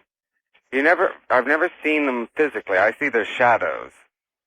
And there are 3 sisters that were killed in the fire in 1906, and they run through the house frequently at night. One time I had an aunt staying with me, and the girls ran through the house back and forth for 6 hours straight. Really? Yeah, my aunt never came back. I wouldn't either. That's frightening stuff, and it goes on to this day? Oh, yes. And you never quite see them, their shadows? Mm-hmm. And doors open and close every day, and lamps lift up and set back down every day. Lift up into the air? Yeah. How do you handle that? I mean, how do you stand it? You believe it or not, you get used to it. I mean, you just take it as something that happens as a part of living. Haven't you ever thought of having a priest in to try and stop it? It's never been threatening enough to, in my opinion, to call a priest in. I have tried to communicate with them. No offense, but I don't know how you sleep at night. I mean, it may not have done anything yet, but if those spirits are there, well, of course, that's you. They're there, but they're not harmful. They're just they don't realize they're dead because of the way they died. Oh, I've often wondered about that. Whether spirits do realize they are dead. They don't. The worst part of the whole haunting is when one particular time, it's been about 15 years ago, I heard a man screaming, a terrible scream. It was in my bedroom. I could hear the screaming, and I ran outside, and it was quiet outside. There's no sound at all. And when I went back inside, the screaming was still going on. And it was later when I finally found a witness to the events that had happened. And she said, "Oh, that was the man when they couldn't get to him when he was dying. He was screaming." Oh my God! All right, thank you very much for the story. See, that's a chilling one. I wouldn't stay in a home like that, would you? Well, look, because it's topical, I'll tell you, the best ghost photograph, no, the 2 best ghost photographs that I have ever seen, we put originally on computer services for those with computers to download them. Many have seen them, but most of you have not. These ghost photographs are in our new newsletter, and the premiere edition of the newsletter is about to come out. And particularly the one by the stone mason is probably, in my opinion, the best photograph of an entity that I've ever seen. As a matter of fact, let me take just a moment out and read you the letter that accompanied the photograph that appears in the newsletter. Dear Art, first let me thank you for your daily program and Dreamland. A week or so ago, I heard you talking about the Halloween show with a listener. I missed most of it, but if you're interested in ghosts, here is a photograph that might be one. A friend of mine who is a stone mason was working on an old home in L.A. On finishing the wine cellar in the old existing basement, he photographed his work for his scrapbook. When he developed the pictures, this is what showed up on one. He didn't see anything when the photo was taken. However, on questioning the architect, he was told that 3 crews, carpenters and so forth, had walked off the project. It seemed they felt very cold air. Some were pushed down the stairs by an unseen force. Since these photos were taken, I've talked to the architect and was told the home is about 100 years old and was listed for sale after the man who lived there died. The architect also told me that a Chinese man was interested in buying the home, but when they brought their priests to okay the home, and the Chinese do that, and bless it, they left in a big hurry, screaming. Evidently the new owner, who's having it completely renovated, knows about the ghost, but does not know what has happened to the workmen, nor have they seen this photo. The friend of mine who took the photograph is a Muslim, a very religious man who does not have any interest or belief in ghosts. Just thought you'd like to see it. And he's got the negative. And I must tell you, You have never seen anything like it. I'm going to be very interested in your opinions when you get this newsletter. So it's in there, and in fact, a lot more is in our premier newsletter. There's a Dreamland report, for example, with a big story on Richard Hoagland, a big interview with Richard Hoagland. The key photographs of the moon from Richard Hoagland are also in there. There'll be a number of stories, one about the crime bill. There'll be a story from me, a story that I've written for the newsletter that I think is pretty hard-hitting. It's pretty rough stuff. I hope you enjoy it. There's Behind the Scenes by Alan Corbett, the president of our network. There will be a complete listing of radio stations for Coast to Coast and Dreamland. There will be article after article after article, and already it is growing. It will begin at 16 pages or more. And you can get it now by ordering right now or any time. Our brand new newsletter entitled After Dark. It's going to be a real downtown production. You can order right now. It's just $29.95. It'll come to you every single month, and that will get you an entire year. If you have Visa or MasterCharge, you can call in fact, you can call right now, and I recommend before this premiere edition is exhausted, you get in on this. 1-800-917-4278. That's 1-800-917-4278 if you have Visa or MasterCard. If not, send $29.95 in a check or money order to Chancellor Broadcasting, 744 East Pine, Central Point, Oregon, 97502. $29.95 to Chancellor Broadcasting, 744 East Pine, like pine tree, Central Point, Oregon, 97502. Now, those of you who just joined us at 1 a.m. Pacific Time will not yet have had enough of a chance. You've heard a couple of stories, but cumulatively, since 11 p.m. Pacific Time, I don't see how you could listen to this. And these people, many of them very articulate, very serious, and very honest, and not begin to believe that there is something that follows this life for some, if not all. That's what we're doing. It's Halloween weekend, and we're telling ghost stories. Real ghost stories. Keep listening. Dim the lights if you dare. If you can't handle it, turn it off. We'll be back. Welcome back to Ghost AM. I'm Art Bell. We're telling ghost stories, real ones. Join us if you dare. I've got a whole pile of faxes here of very good ghost stories. I guess ask and ye shall receive, and I'll kind of get to them as I can this morning. On the wild card line, you're on the air. Hello. Good morning, Art. Good morning, sir. This is Mick from Phoenix. Great. I'm not real sure if this is a ghost story or not. Well, tell it and we'll let you know. In the summer of '77, I woke up about 2:30 in the morning because my girlfriend was out of bed. So I walked into the living room to find out what was wrong, and she was sitting on the couch, naked, with her knees pulled up under her chin and her eyes about the size of saucers, and looking at me like I'd grown 3 or 4 extra heads. So I said, what's wrong? What's going on? She says, don't do that to me. Well, it took a little while, but she finally told me that what had happened was she heard me talking, and she thought I was in my sleep. She rolled over towards me, and she said, you're as stiff as this coffee table and as cold as an ice box. I said, what do you mean?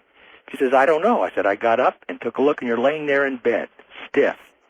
Your mouth's a little bit open, but your lips aren't moving, and you're carrying on a conversation with a little boy and a woman, and I can hear them talking back to you, and you're talking to a third person, another woman, but I can't hear her. Oh boy, I guess I'd have done the same thing. I'd be up and out. Well, I guess so. Anyway, apparently I sat and carried on this conversation with a little boy and a woman, with my mouth not moving, being as stiff as a board and as cold as the freezer, for about 5 or 10 minutes, and she sat there and listened to a little bit of it, and then went out in the living room, and she could hear all of us talking.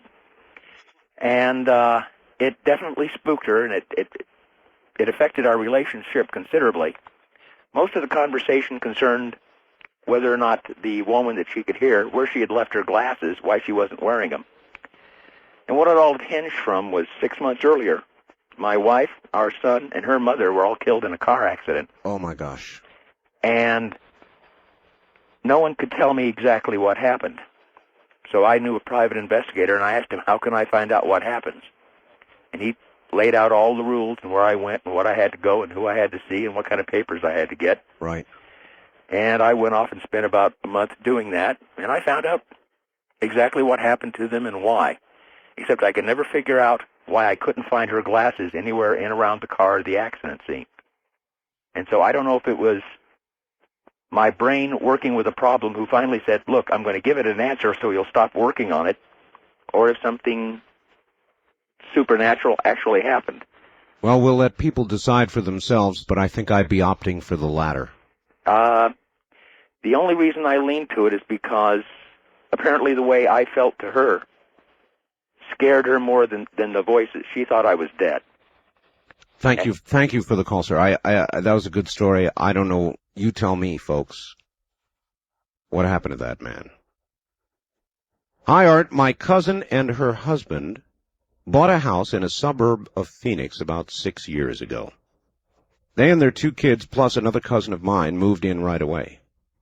My cousin, who we will call Linda, found herself at home all night with only the kids. Linda's husband worked the graveyard shift, and her brother took a job in Laughlin. That'd be Laughlin, Nevada.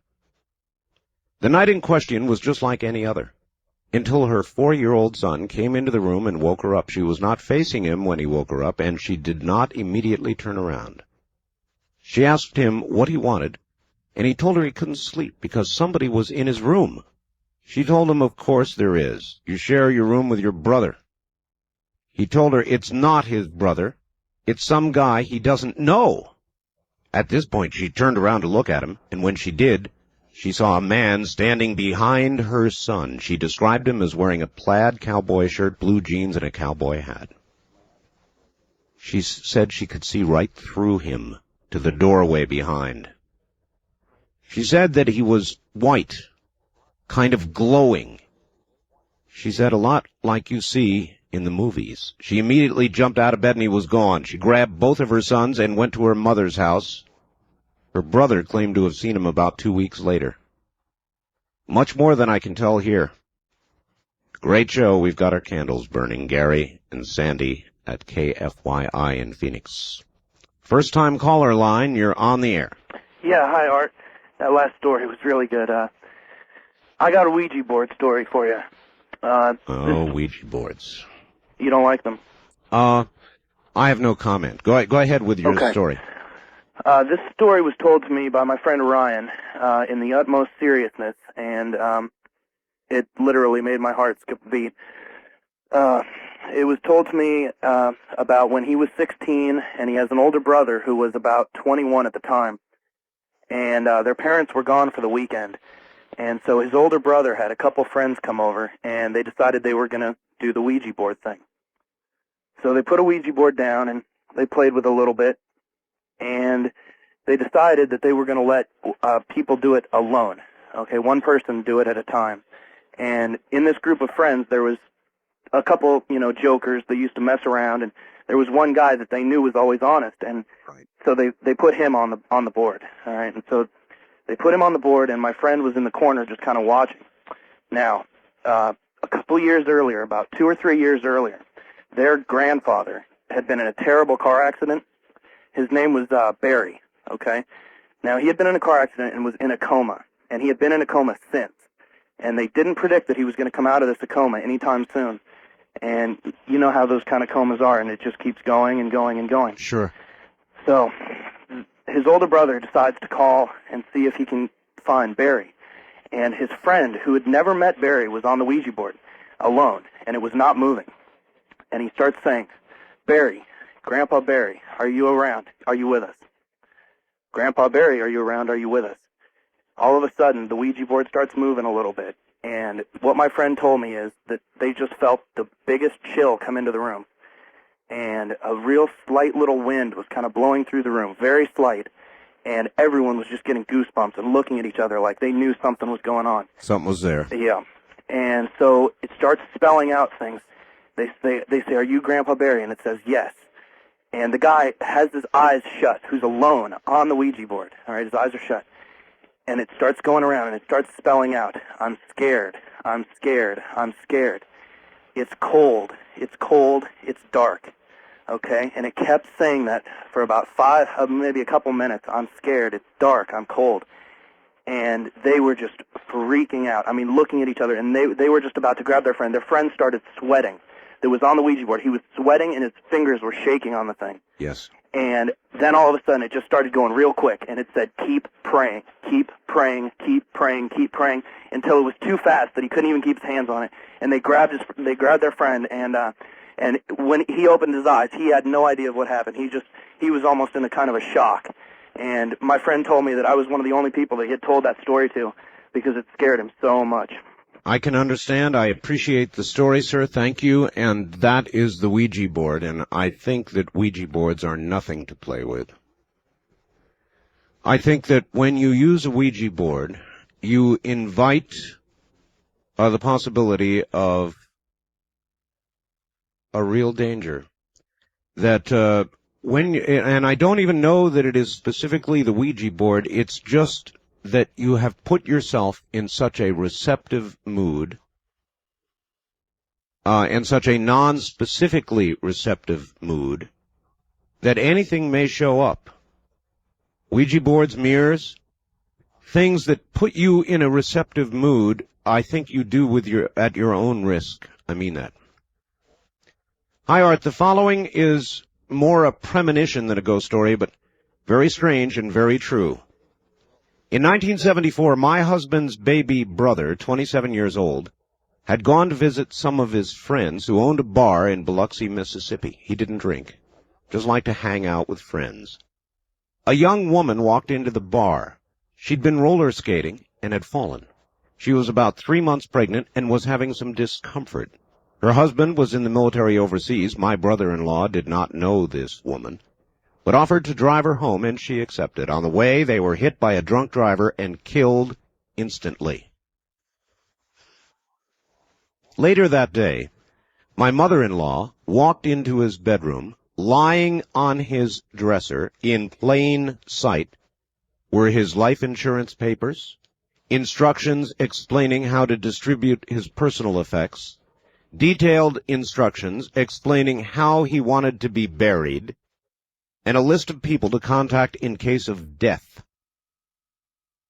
Art, I realize it sounds strange, but it's the truth. Linda, in Metairie, Louisiana. On the toll-free line, you're on the air. Hello. Hi, Art. This is Farrell. I'm calling from Columbia, Missouri. Yes, sir. When I was probably 15, this is about your ghost story things, obviously. My parents built a brand new house in southeast Missouri in a town called Dexter, and it was a completely brand new house, landscaping from the top to bottom.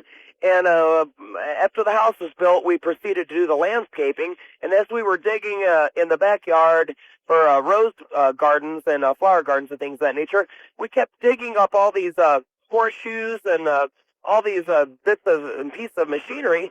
So my father asked some people in town, exactly if they knew what the history of the area that we lived in was. And we discovered that the home site that our house was built upon was previously an old farmhouse, circa 1890, 1900, something to that effect. Mm-hmm. So one day we were back there helping my father dig some rose gardens, and I unearthed a piece of it actually was the handle of what appeared to be a teacup, and I didn't think much of it, so I threw it over to the side and I kept digging. and I kept digging up all these different pieces. So eventually, I discovered that I had a multitude of these pieces. So I put them all together and washed them off, and I virtually had an entire teacup. And I washed them off, glued them together, and it was a very fine piece of porcelain china. It had a nice floral pattern, etc. So I took it in the house. I thought, well, this is kind of neat, as kind of an artifact, or so to speak. Sure. That night, my parents went into town to pick up some lighting fixtures, and I stayed at home, and I heard voices upstairs for the first time. We'd probably been in the house for probably 3 or 4 months. I heard voices upstairs, and they weren't in any way intimidating, but it was as if people were conversing about the events of the day or what have you, and laughing as people would do, kind of. It was just very, very nonchalant, and I thought my parents were home, so I hollered upstairs, "Hey, is anybody home?" And the voices stopped. And I immediately thought, well, my goodness, my mind must be playing tricks on me. So just went on with whatever I was doing, and I kept hearing the voices. And this went on several times during the night, and I just was, after a while, I was terrified. I finally got my dad's shotgun out, and I was literally screaming upstairs, thinking that we had intruders in the house. My parents eventually got home, and of course, there was nobody in the house. This went on for weeks and weeks and weeks, and finally, for some reason, I'm 35 now. It's been so long ago, I don't know how I finally deduced that it had any correlation with the teacup.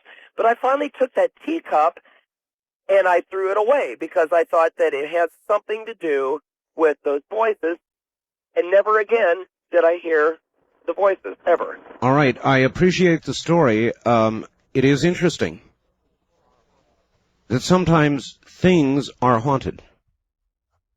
Places or things. And you must be careful about what you bring into your home. I had a real experience with the Ouija board, and I'm not really going to go into it right now because it actually scared me. But I do tell you, be careful what you bring into your home. On our wildcard line, you're on the air. Good morning. Hello, Art. This is Aaron in Edmonds, Washington. Edmonds, Washington. Yes, sir. Country. I got a couple of what could be ghost stories. I remember one time when me and my brother, we were just little kids, and we shared a room, and it was on the second floor of our house back in Minnesota, and we had to go to bed early, and we didn't like going to bed early, so we used to sit up on our windowsill and just look outside. Sure. Well, one night when we were up there sitting on our windowsill, we both got a spanking, and we turned around, and there was nobody there. Nobody at all. Wait a minute. You both got a spanking? Yeah. From an unseen force? Nothing was there. The door was shut to the room, and we both looked at each other and went to bed. And I still remember it like it was yesterday. Well, I mean, what happened? Did somebody turn you over and spank you, or no? Since our backs were toward the wall. We were looking out the window and all. And since we were pretty little, we were able to kneel on the windowsill. Uh-huh. And we both got one swat apiece, and we both could hear it, and we both turned around, almost instantly, and there was nothing there. Nothing at all. Well, if there was more discipline like that or any other, I guess America would be a better place today, huh? Okay, I got one more too. Yes, sir. And this is my sister. She lived on the second floor. She lived across the hall from us on the second floor. And one night she woke up and she was crying, and my mom went in there, and my sister was telling my mom that there was somebody looking at her through the window. Well, my mom went outside, and there was no ladders there or anything. There's no trees for anyone to climb up on or anything like that. But my sister swears there was somebody looking at her through her window on the second floor. I appreciate the stories, sir. Again, a presence. How many of you have ever felt a presence that you could not explain? Maybe not a full ghost story, maybe not some of the poltergeists and things that you've heard about so far this morning, things moving through the air, that sort of thing. But a presence. How many times in your life have you felt a presence, yet there was none? You dismiss it, don't you? As a bit of undigested baloney or something else, and you dismiss it. It's easier to dismiss because the alternative is a little frightening. Well, I believe that sometimes, even many times, those feelings of a presence are real. On the toll-free line, you're on the air. Good morning. Where are you calling from, please? Good morning, Art. This is Joni in Denver. Denver, yes. I'm on WOAI this evening. Okay, glad you made it. And I have two stories for you. One is ongoing, and one happened 6 years ago. All right. 6 years ago, my grandmother passed away, and we took her back to her hometown. And after her funeral, we went to the farm that my uncle takes care of now, and has been his for many years. And I kind of wanted to get away from everybody for a while. Sure. So I started walking down the country road that I walked on for years and years and years. And I had harnessed my guide dog and took him with me. And I realized I had gone further than I normally did. And so I started following the edge of the road so I could make sure I made the right turn to go back down the driveway. Otherwise you pass it and you never know where you're going to end up. That's right. So I started following the road back, and I felt that I had gone off the road because I hit a dip. And I started to send my dog back to the left to go, back onto the other part of the road. Right, correct. And I could feel it felt like something warm and light next to my dog on the other side. He would not go back that way. Not good. And he kept easing me around the corner. I wasn't threatened by it, but it did shake me up. And as I turned the corner, I could hear kind of this thing of something like, and you always told me you weren't afraid of the dark. Oh, really? To this day, I am convinced it was my grandmother standing at the corner of her road, making sure I made the turn back. And a few months after that, I told my mom about it. She went, yeah, Grandma would do that. She always watched out for you. Mm-hmm. The other one... Well, they tell us, there's about to be another network story, incidentally, on angels, guardian angels. There's a lot of stories lately about that. And in those shows, you will see a lot of examples of relatives who are gone and yet act as guardian angels for those who remain. Oh, I wouldn't be surprised. In the ongoing one that's going on, I live in a house that has a spirit. She is non-threatening. I first found out about her, about 6 months after we moved in. I kept hearing things and thinking it was our cat or, my dog going down the stairs or something. And I walked upstairs one day, and my daughter is talking in her room. And I went, Katie, who are you talking to? Yes. And she said, there's a man in the corner. And she described my grandfather, which would have been her great-grandfather. We found that out when I put up a picture of him and my grandmother in the front room. And she said, that's the man I talk to every day. So that would fit into your guardian angel. But the lady who lives here in this house built it. And I used to think with all these people walking up and down the stairs that it was just me hearing things. And I asked my brother about it because he had had the house before me. And he said, you're lucky, that's all you find. I used to see the doors move. I wouldn't like that. She's never threatened me. Every evening at 10 o'clock, she comes in the front door. And every morning about... You mean the door opens? It makes a noise that I cannot get it to make. And the keys turn in the lock. But the door itself does not move. I couldn't handle that.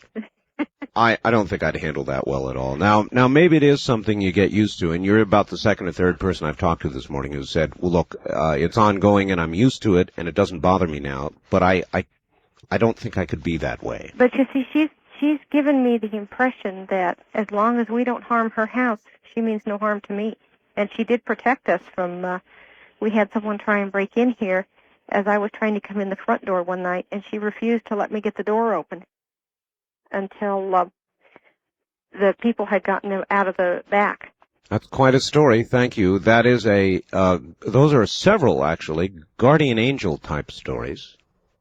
And there are a number of programs of that sort yet to air. There's been a series of them. Relatives who, I guess, are able to return or who are here, who are watching out for their loved ones. Unreasonable? If there's an afterlife? I don't think so. In fact, entirely reasonable, really, when you think about it. A little frightening, but certainly reasonable. We'll be back.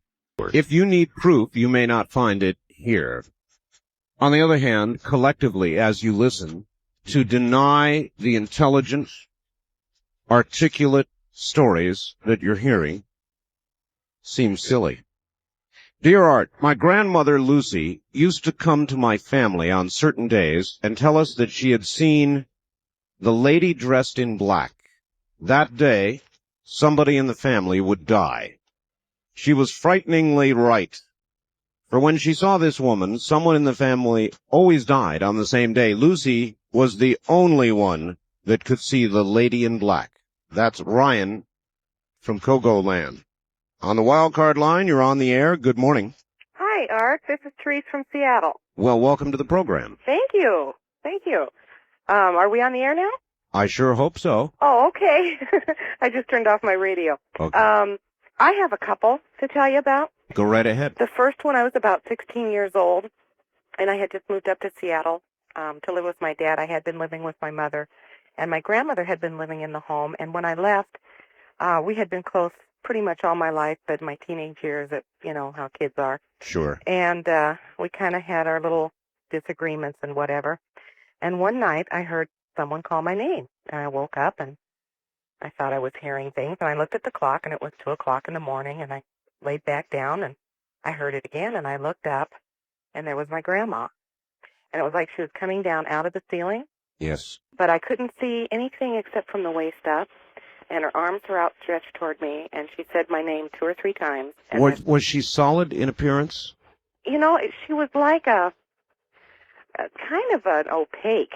I wouldn't say translucent, but, you know, it was kind of like she was airy, if that makes any sense. It does. Oh, yes, it does. Okay.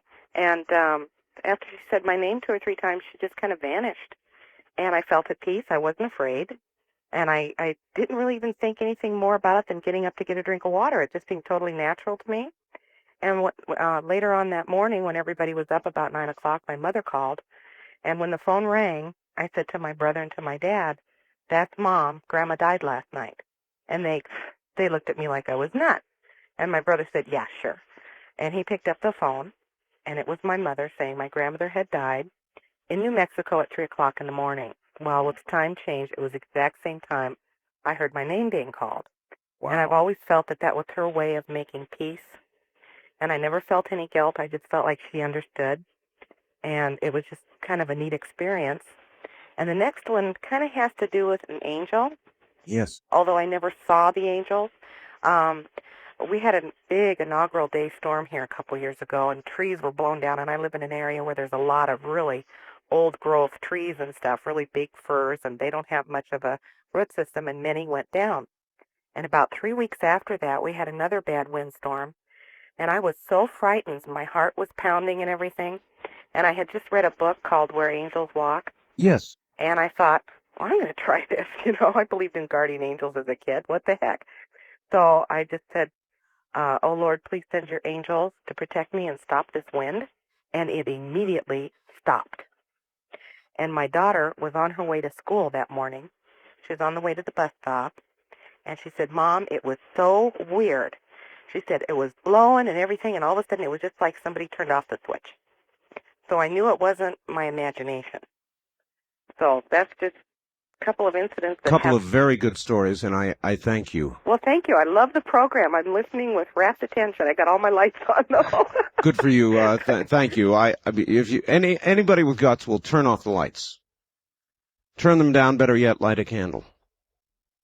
Of course, the only trouble with that is that when you do, you provide an inviting atmosphere. Don't you know that? I think many times people provide the atmosphere that allows... I really don't know what I'm talking about, but I hope you understand what I'm trying to say. They provide the atmosphere that allows the entrance of whatever these things are that we're talking about. So if you dare, provide the atmosphere. On the toll-free line, you're on the air. Good morning. Sure, I thought it said that your newsletter came out, and I'd like to suggest that the title be changed to Beyond the Pale. Yeah. Well, I take it that you are a skeptic. No. Even though it does have a little bit of criticism of the contents, it also means that it's beyond the mediocre pack. Well, I hope so. I think so. What we're doing is, I admit readily, a little different. A lot of the content in the newsletter is going to be very standard stuff, but a lot of it also will reflect what we do. What do you mean by what you do?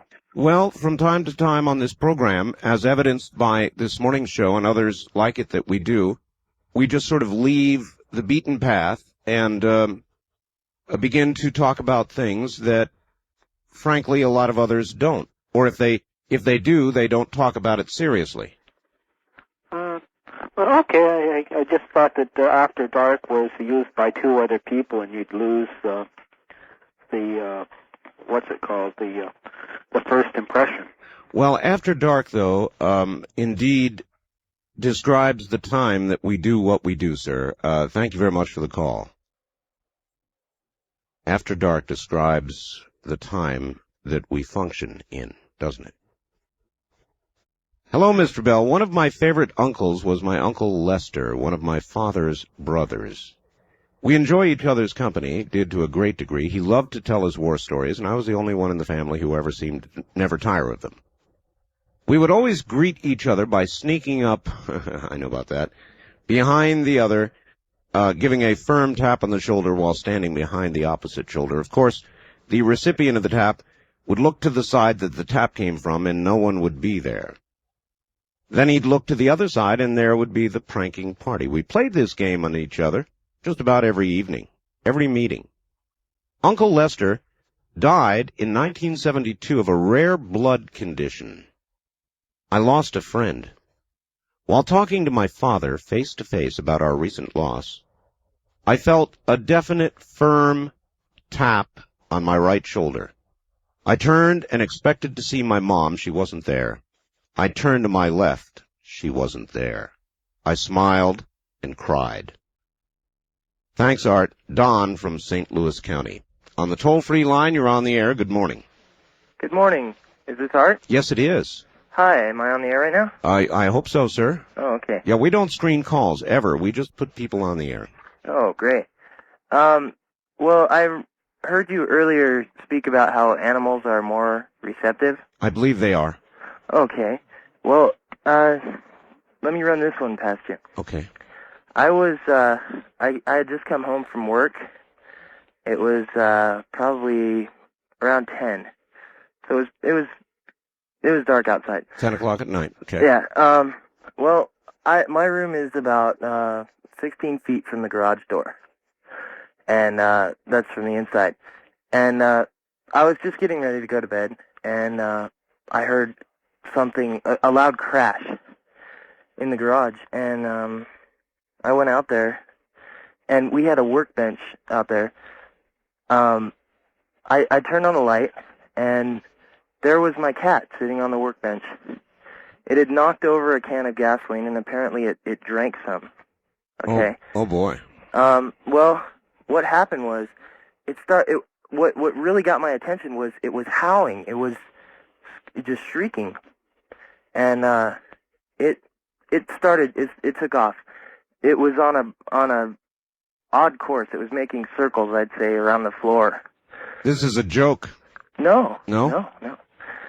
The cat was screaming at the top of its lungs, and the next thing I know, it heads straight for me, and you know, I had no alternative. I shut the door.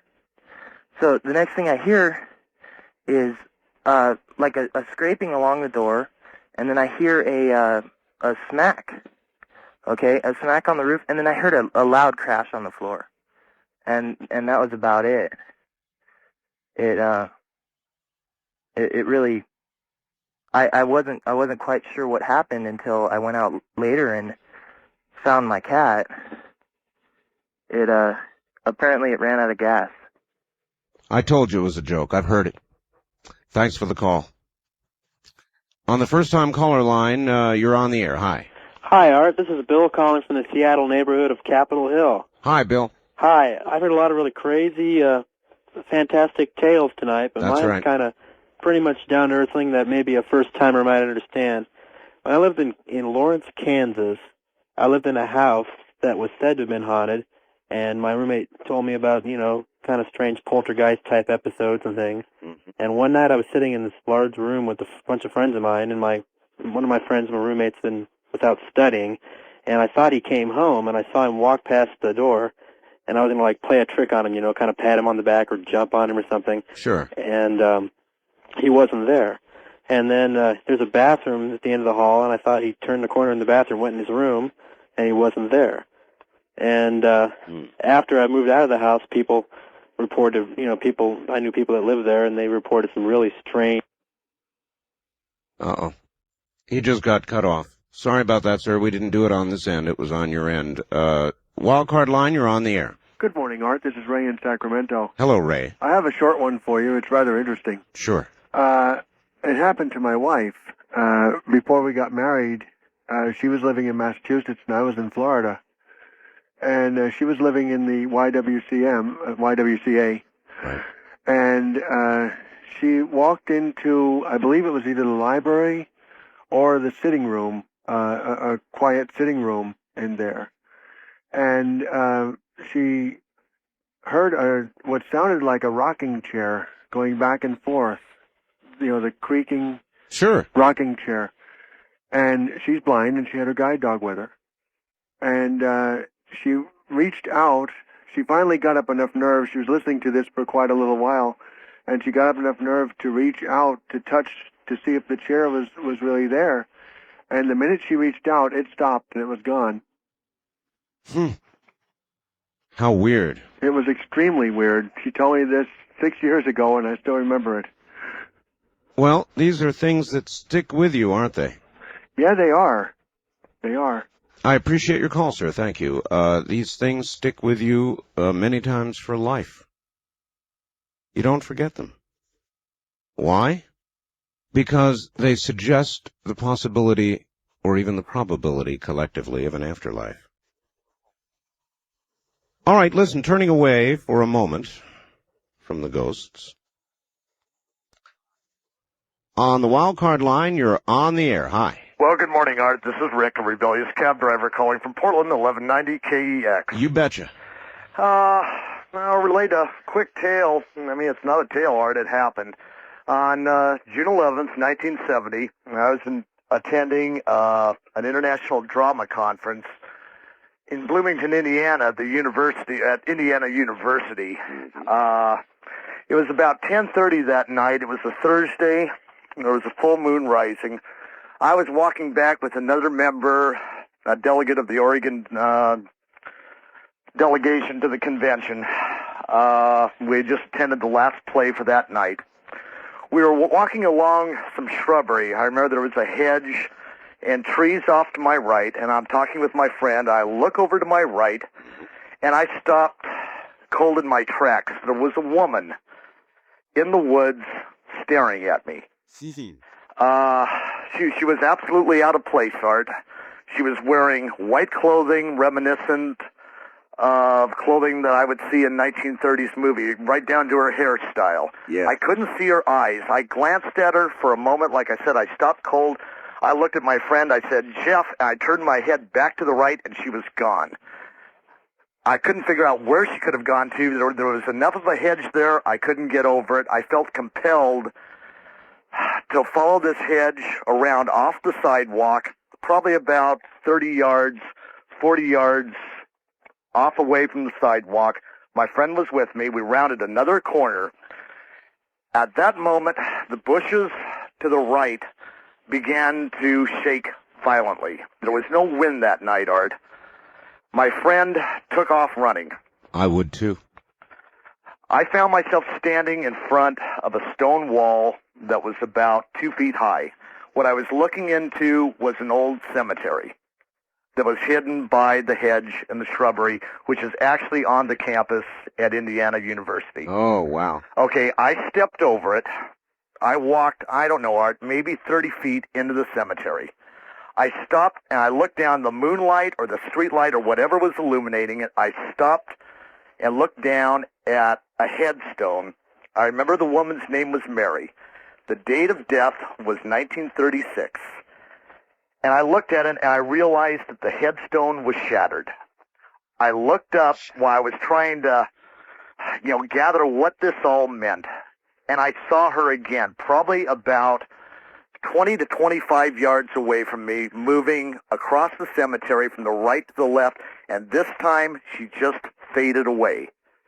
And that was about the time, I started looking around and I realized that all the headstones were smashed. All of them vandalized. I was consumed with this incredible fear, panic. Yes. Anyway, other members of the Oregon delegation saw me running. There's a wooded area, nearby. It was probably about a half a mile away. I don't know where I was running to, Art, but I was leaving. I was gone. They ran. They caught up to me. They stopped me. No one had reported the vandalism. I believe to this very day that the woman wanted someone to see what had happened in there. Wow, what a story. And you swear this is a true story? Art, I can see her looking at me. That first glance to this very day, it's a snapshot that is in my mind forever. I cannot imagine that that would not change your life in some way. Many ways, maybe. Yeah, of course it did, Art. I mean, there was immediate, tangible evidence that I saw that life I understand, sir. I've got to go. I'm at a break. Thank you very much for the call. There's another one. Good morning. It's a dark night out there. This is the annual Halloween program, and it's a good one. Boy, there have been some good stories. If you want a copy of this program, we can make it available to you. And I can understand you might want to archive this one. You can get a copy of this program by calling 1-800-917-4278. Getting a lot of faxes already asking about that. Yes, it is one of those that we make available. And they do a very good job of it, too. They exorcise all of the commercials. And they put it on a high-quality tape and get it to you quickly. Indeed, the ordering process has now been speeded up, and we think you will not have trouble getting through because there are a gazillion operators standing by. So if at any point you decide you want a copy of this program or any guest program we do here, or special program of this sort, the number to call is 1-800-917-4278. In addition, that is the number you call if you would like to subscribe to our brand new newsletter called After Dark. Maybe we should call it Beyond the Pale After Dark. 1-800-917-4278 with Visa and MasterCard only. On the wild card line, you're on the air. Hello. Hello, Art. This is Greg in Linwood, Washington. Hi, Greg. And I got a pretty unique story. Good. That happened to me when I was living in the vicinity of Oakland, California. Yes. I don't know. I had two really bad things happen to me that week. I lost a real good union job. A day later, a transmission went out on my truck, and Boy, I was. Isn't it the way when it rains it pours? Yeah, And there's, no I mean, they just shouldn't have happened, but they did. And then I hired this old black man to help me tear down a chimney and rebuild it. Yes. And this house was located, probably one of the oldest houses in Berkeley, and it was kind of a creepy old house to begin with. The landlord said he could never keep a tenant in there for more than a few months. Mm-hmm. And I didn't think much of it. I worked on it once before, and anyway, I spent all morning. We built a scaffold. We were very careful. With taking all the precautions and just lowering bricks down to him in a bucket. Sure. And I had a brush pushed up against the bottom of my the base of the chimney, right close to where the roof meets the chimney. Right. And it's one of these brushes off a push broom, so it was a large wooden brush, back, like a horsehair brush. Yes. And just out of the blue, just before 12 o'clock noon, that brush took off on its own, started, sliding down the roof. It went over the gutter, and it fell 18 or more feet, and it hit my my helper in the top of the head. He wasn't wearing any hat or anything. And I went down there, and I was really upset because that was the third and the worst thing to happen to me all week long. Sure. And later on, we worked a little bit longer, and I went home, and I was the only one that in my family down there, and I decided I hadn't talked to my dad for about a month or so, and I called him, out of just to hear a familiar voice. Yes. And he's up here in Seattle, and I says, well, I hope your week is going better than mine. And he says, my wife died today. And I go, what time? And he says, around noon. And I go, well, I'll be up there, in about a day or two. I'll see you when I get up there. And I found out when I got up there that she had actually died, just about that same time that my friend got hit in the head. And that a few, not long after she died, my stepbrother's wife gave birth to a baby girl just a few minutes after she died, about, 1 or 2 floors above her in the same hospital. Mm-hmm. And, and then I was the one that called my father, and I don't know. To me, it was just kind of a... Strange time? Very strange. Thank you for the call, sir. Well, I don't know if that's exactly a ghost story, but I've heard similar things from other people, and that is, there are certain times in our life when, without explanation, there is one dramatic event that follows another. A series of dramatic events, connected or not connected.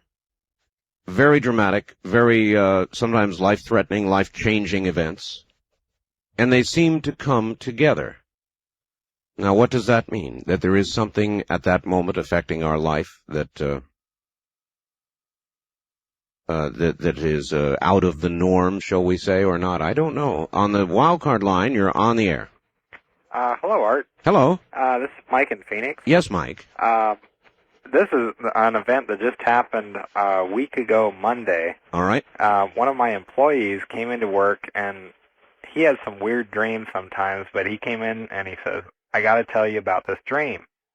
And he says, I had this dream that I was standing in a front yard of a house, and I was filming with this old video camera that my mom had given me. Mm-hmm. And he was standing there, and there was a white picket fence, and there was an open gate, and his girlfriend's, first of all, his mother came walking through the gate, and his mother had just died this past, I think it was February. Oh. And then following her was his girlfriend's grandfather. This is all in the dream. Yes, in the dream. Yes, all right. And he had just died this past year also. And then following behind him was his girlfriend's grandmother. Kind of a March of the Dead. Yes, and he described, actually, he didn't know who the last lady was because he had never seen her. Yes. And he described her to his girlfriend, and she said that that was her grandmother, and she was wearing a pink dress with a bow on it, and she said that's what my grandmother, that's her favorite dress that she wants to be buried in. Mm. And so he told me about this dream. This was a week ago Monday, and 2 days later on Wednesday, he came into work late, and he says, "Oh, I'm sorry that I'm late. My girlfriend's grandmother just died." Wow. Yeah, it was really weird. Really weird. Yes, thank you very much. I wasn't sure where the video was fitting in all. I guess I was just in the dream. On the toll-free line, you're on the air. Morning, Art. Rusty in Kansas City. What's up? Hello, Rusty. Well, how's the stories going tonight so far? Well, if you've been listening, Rusty... I haven't. I just got in. I see. Do you have one for us? I most certainly do. Go ahead. I'm 23 now, but at the time I was about 12 years old, and my family and I moved into a house at a residential lake here in Missouri. The houses there at this lake are pretty old. In our basement, I don't know if this is totally relevant, but there was a lot of natural rock. I don't know if you go through the woods, you see like ridges and stuff. Yeah. Of rock. Well, that was how our basement was full of that. And there was actually, if you were small enough, you could get back and like go into caves and stuff in our house, in the basement. Wow. That was just the creepy part. We had a lot of harmless incidences happen as far as leading to the basement. A door, they cut the door out of the natural wood walls. I mean, the wooden wall, they cut the door out. It was made out of the wall with just hinges. I've got you. And a lot of times it just had a little latch, and a lot of times out of nowhere, this little latch would just flip up, and the door would open, and then minutes later, it would close, and the latch would go back. Yeah. Now, this happened several times, and we lived there for about 2 years, and it got to the point where we were actually used to it.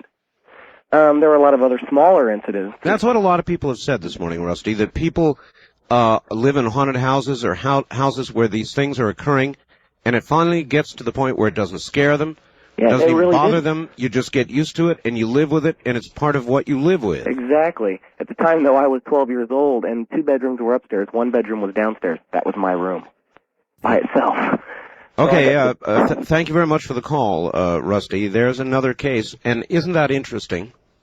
Something that would scare me and turn me different colors, I'm sure, pale white, very pale white. Other people just learn to live with after a while. My cat Polo and I are enjoying being frightened by your Halloween tales. Here in Hawaii, we don't have goblins, but we do have menehunis, little people who accomplish strange things in the night. Aloha, Malia. On the first-time caller line, you're on the air. Hi. Yes, Art, how you doing? Just this fine. Is Kevin in New Orleans. Yes, Kevin. Yes, I have 2 quick ghost stories to tell you about. My girlfriend lives in a place called Chalmette, Louisiana. Yes. And her house was buried on Chalmette Battlefield. And her mother and father would always tell me about these ghost stories that they was happening in the house and everything. And I never really believed it too much, you know. So I would always make fun of it and everything. And we went and rented a bunch of ghost stories from the video store. And we're all in the living room together alone. And we're watching Amityville Horror. Yes. And he has this stereo hooked up to his TV. Well, it wasn't on at the time, but about halfway through the movie, the stereo just blasts on out of nowhere. And I mean, it's really loud. Right. And he jumps up, and he checks it, and he turns it off. And he just looks at me and shrugs it off like, well, you know, these things happen all the time. And I'm like, well, you know, it never happened when I was there. You know, always told me about it, but I never seen anything like that happen before. New Orleans and Louisiana in general strikes me as a place that is old, ripe with a lot of tradition, and it's kind of a place where ghosts would be. Yes, sir. We just had a write-up in an article in our paper today about ghost stories in New Orleans, and seems to be a lot of superstition going around, especially with the old French Quarter and the Battle of New Orleans and everything. A lot of old cemeteries and such. I'm sure there are. It's just the right kind of atmosphere. Thank you. And again, relating to atmosphere, folks, even this program, as you sit this morning and listen to it, provides the kind of atmosphere that will allow things to occur. So I'm not going to be surprised, and I'm sure you should see the stack of stories that I have. I'm never going to get through all of them today. The fax machine has just been burning up in the other room. I'm never going to get to them all. But before it's over, I guarantee I will get stories of things that have occurred during this program. And I believe the reason for that is atmosphere. Or, as I used to say in the 60s, set and setting. That's kind of an old drug expression, set and setting. We are providing the set and setting for the introduction of whatever it is that we're going to hear about. And I guarantee that over the next few days, and I will catch you up on it, you will hear of things that occurred during this program, in fact, because of this program. On the first-time caller line, you're on the air. Hello. Oh, good spine-tingling morning to you, Mr. Bell. Yes, indeed. Where are you calling from? Red Desert, Wyoming, but my residence is in Oregon. Red Desert, Wyoming? Yes, it's up on Interstate 80. Okay. I'm on a cellular phone, so I'm going to pull over the side of the road. I had two incidents happen to me in my life, and but they're both very long details, so I'll only give you one. All right. We moved into a house about 13 years ago. It's a mobile home.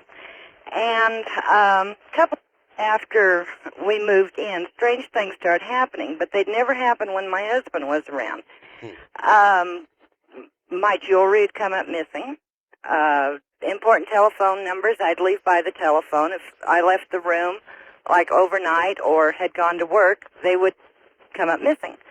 All kinds of strange things started happening, and I talked to my husband about it, and he thought I was flipping my wig. And he really thought, I had really lost it. Had this really bad feeling of foreboding coming over me constantly, almost like a depression type thing. I know about those, yes. And I called some people in the church, and they came out, and they would not do an exercise on the house, but they did give it a blessing.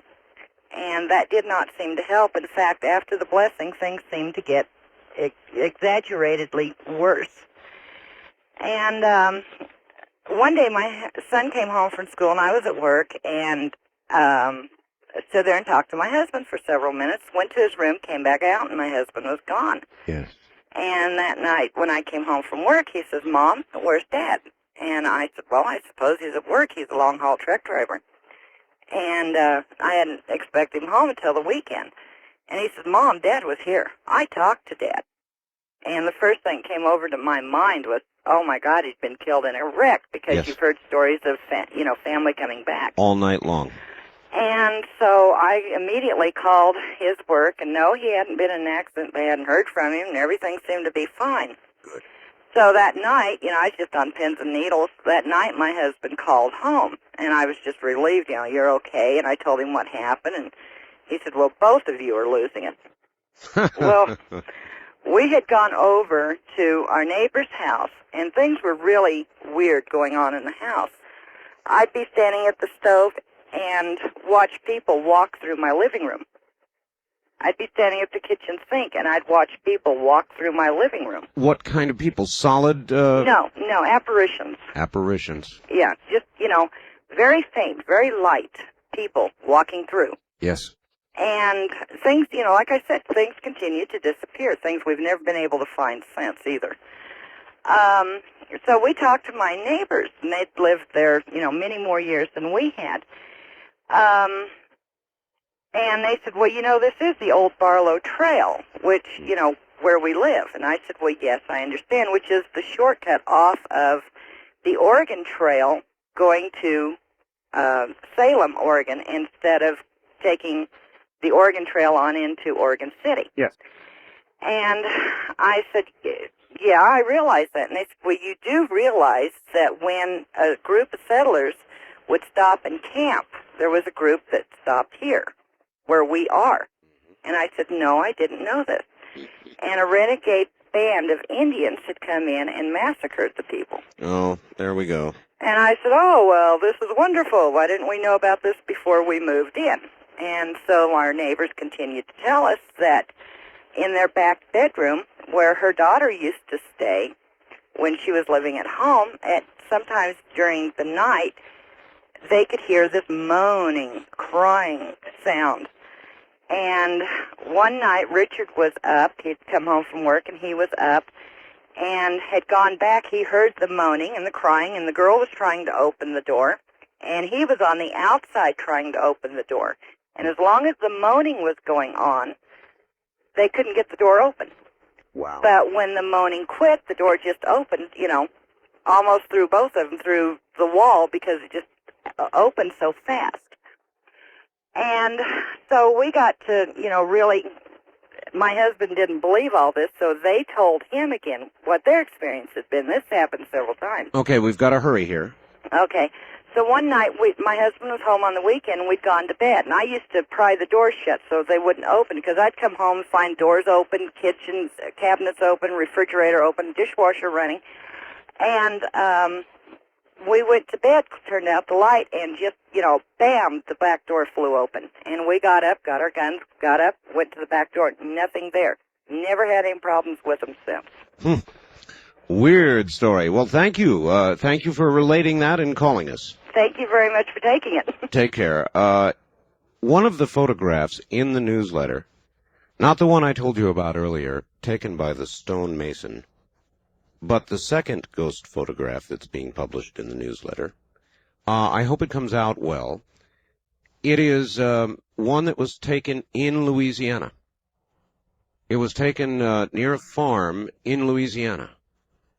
And there are, it's hard to count, but perhaps as many as 10 apparitions that are in various stages of visibility. Some of them you can see right through them. Some of them are almost completely solid. And they are dressed in what appears to be period costume, perhaps from the 1800s, and this has impressed me for a long time as well, so this is also published in the newsletter. You tell me what you make of it. On the toll-free line, you're on the air. Hello, Art. How you doing? Just fine, sir. Yeah, there were two ghost stories I wanted to tell, and one concerns my mother, and the other concerns my Aunt Rita. All right.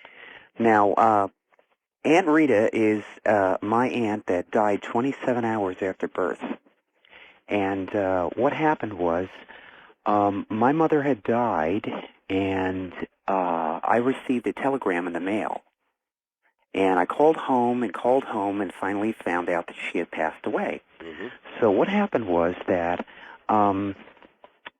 this is kind of strange, though it's really a ghost story. What happened was, my sister Nancy, she is a practical nurse, and when I called and found out my mother had passed away, my sister told me that the priest and the doctor that examined the body pronounced her dead and signed a death certificate, a blessed death. So Nancy, shortly after that, had a little baby girl. It was about a 8-pound baby girl. Yes, sir. And it was on a heart monitor. And what happened was that Nancy heard the heart monitor go off, and she went into the other room to run in, and right there in the archway, she was standing there, and there was this really beautiful woman. And she looked at the baby and knelt down at the crib and kissed the baby and looked at my sister and said, "Boy, she's beautiful," and then she vanished in front of her. Oh. And what happens is my sister Nancy told my other sister that it was my mother, that she could tell it was her from the pictures that she had of her years ago, only she was younger. Wow. We're going to have to leave it there because I'm way out of time, but I'll tell you what I'll do. I'll split this in half, and that's easy because it is in 2 halves, and we'll do the other half right after the news at the top of the hour. This is Ghost to Ghost AM. Dear Art, I live in a haunted house. Would find it tough to live anywhere else. I don't bother them. They don't bother me. It's kind of like having roommates. The worst thing about them is they scare the bejesus out of anybody that encounters them for the first time. It's kind of laughable. You can tell any number of people about these entities or things, but until they run into them face to face, I find they have very little to talk about. It's much more interesting to ask someone in and let them work on their own versions of their story. Needless to say, the conversation livens. Cold spots are entities. As I understand it, they take the energy at hand, heat, light, EMF, and use it to create themselves or whatever, and that is the drawing that creates the coldness. Some of the other effects that people perceive, I've been told, that basically fear is a rush of energy and can move things to other levels, not always desirable. Some entities feed upon those fears like an addiction, taking more and more. Draw your own conclusions. Mike in Sioux Falls, South Dakota. Wildcard line, you're on the air. Hello. Oh, good morning, Mr. Art. Hello. Yeah, this is Ruthie from Renton. Ruthie from Renton. All right, Ruthie, welcome. Yeah. Well, starting with the guardian angel, when I was 4 years old, my brother was 16, and he kept saying, like, February of that year, that he was going to go somewhere and never return. And my father used to say, well, don't forget your bike. And he says, I won't need my bike. And he says, and a year later, my friend Walter will go. And so in June of that year, he drowned, and a year later, his friend Walter died too. But right now, I'm a widow, and my husband's with me. And he'll come, he'll massage my feet. I'll hear glass being cut in the corner, and nothing will be there. Wow. But one night, I got home from work at 12:30, and I had to be at work again at 7 a.m., and I couldn't sleep. And all of a sudden, I heard a loud noise coming down the hall, and it came about halfway down, and then it was quiet. And then I felt like a size of a $50 pressure on my forehead, and I was out like a light. He put me to sleep. Wow. Yeah. What a story. And now I sleep with a flashlight on my pillow in case I hear anything like that again, because I don't want to be put to sleep. I understand, but I wonder if you also would want to see what the flashlight would reveal. Yeah, if anything. That's it. Thank you for the call. Take care. You know, how do you digest this? How do you digest the fact that so many intelligent, otherwise very normal people would tell these stories? Mass hallucination? Doubtful. What is it? Why would so many people tell these stories if there was not something to it? Well, Art, they just want it to be true. Hallucination?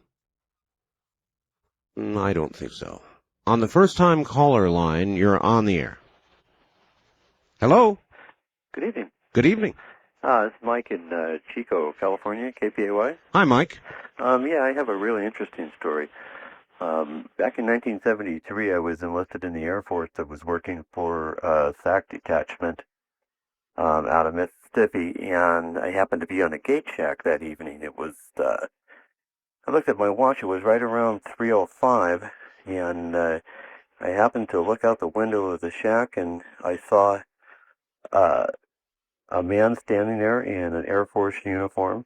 He had a captain's insignia bars on his shoulders, and he was standing there with his helmet underneath his arm and his head inside the helmet, and he looked at me and he said, "Where's my airplane and where's my crew chief?"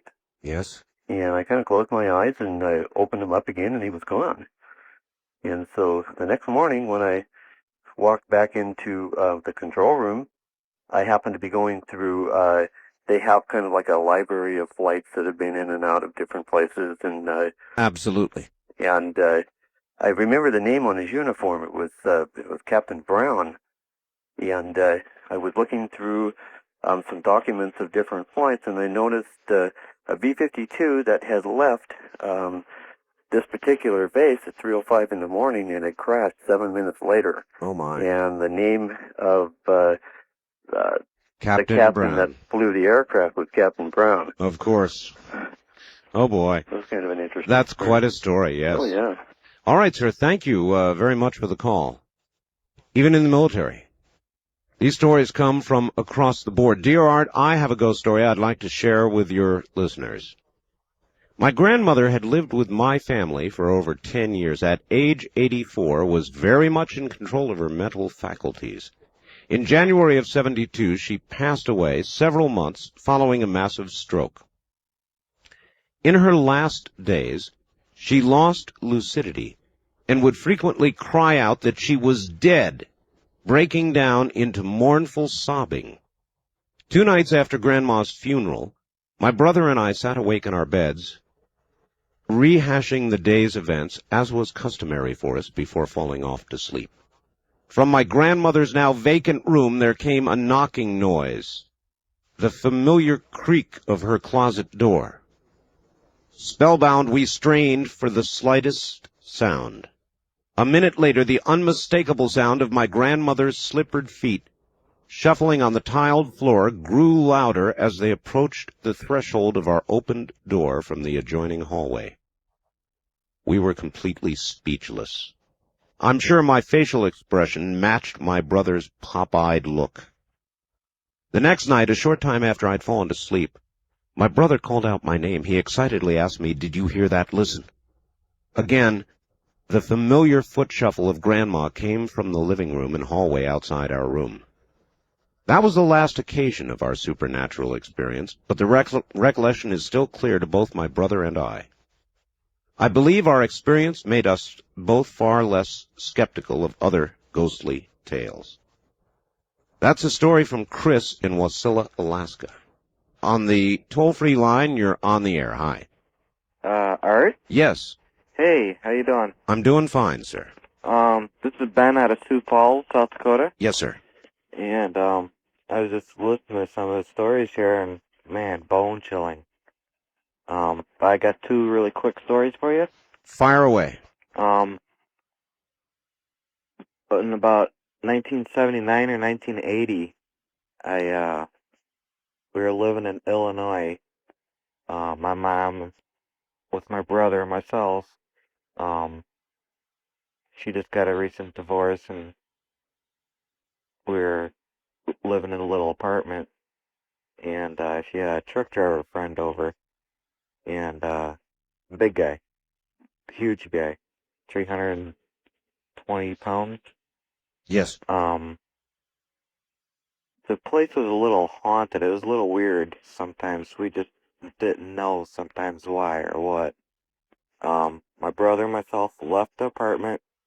It was early evening, and my mom and this guy was in the living room just with the Okay, we got to hurry along here. all right, with a candle, and they heard someone running in the hallway, trip and fall down, and this guy jumped up and he says, "Hey, you okay?" And there was no one there. Weird. No one there at all. We don't know anything about that, you know? Weird, sir. Yeah. Yep. Another time.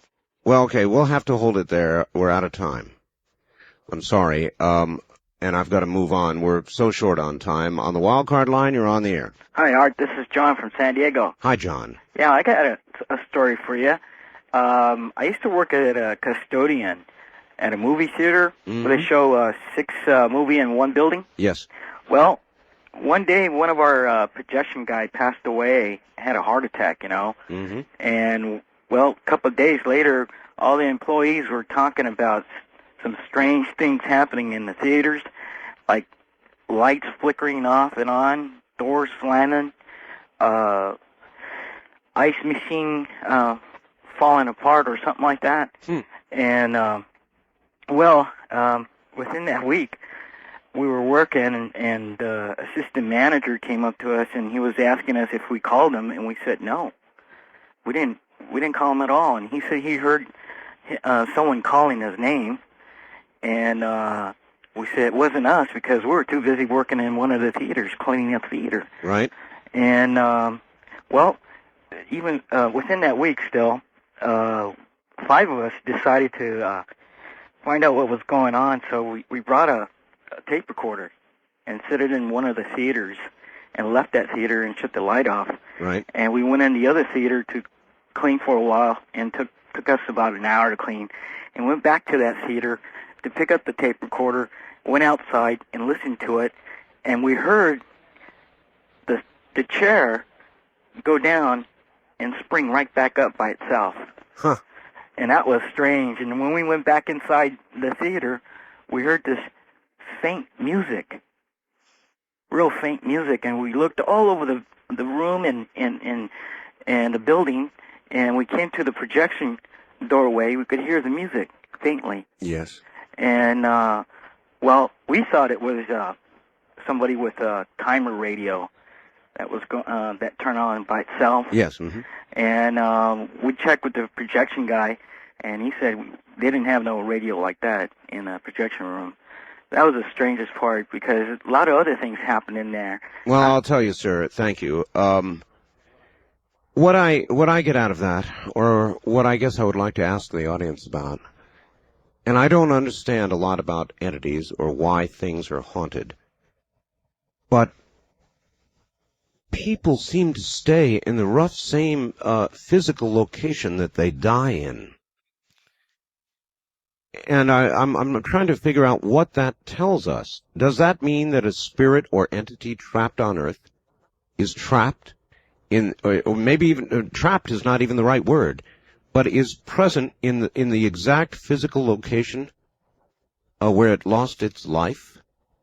I mean, it's such a recurring theme that you've got to wonder about that. Art, at one time, I lived in a very old apartment building in Bothell, Washington. One day it became apparent to me that a dog was sharing the apartment with my roommate, Joe, and I. The sound of little toenails in the kitchen, panting, scratching, signs of lapdog accidents, like plants being knocked over and little puddles appearing mysteriously. They happened at regular intervals. The one big problem is that we don't have a dog, you see. I eventually brought this up with Joe over a beer after work. Joe shot up and said, yeah, a little white one. To which I said, you've seen it? He said, well, no, it's just the impression I got. After some comparison of our experiences, we came to the conclusion that it was a ghost dog and that he was our pet. Of course, our friends got a good laugh at our expense during the weekly card game, but they stopped the teasing when everyone at the card table heard the dog as it walked up, panted a little, wagged its tail against our ankles. Joe and I reacted by reaching down to pet the dog simultaneously. Of course, there was no dog there. Later, we learned that a little white dog lived there and had been run over by a car. On the wild card line, you're on the air. Hi, Art. This Hello. is Darkman, Yes. Seattle. Yes. I've got a story that took place when I was in 5th grade, around 1966. Yes. And, well, my stepfather, his name is Jim, he's a spelunker. You know what that is? Yes. Okay, well, he decided he wanted to take me around investigating caves one weekend, and I've never liked caves since then. The Oregon caves that was kind of nice, but what ended up happening was every cave he went into, he wanted to go as far back as he could go. Well, of course. And yeah, well, that was fine until we got to the Oregon Wind Caves, and I got to the entrance of the cave. There were some scouts. This is kind of freaking me out to remember it, and it's kind of late too. I've got all the lights out as you've requested, and these scouts were kind of getting ready to go in, and I told Jim, I said, look, I don't want to go into this one. I can't do it. And he got angry with me because he really wanted to go to the back of this one because it wasn't that deep. Right.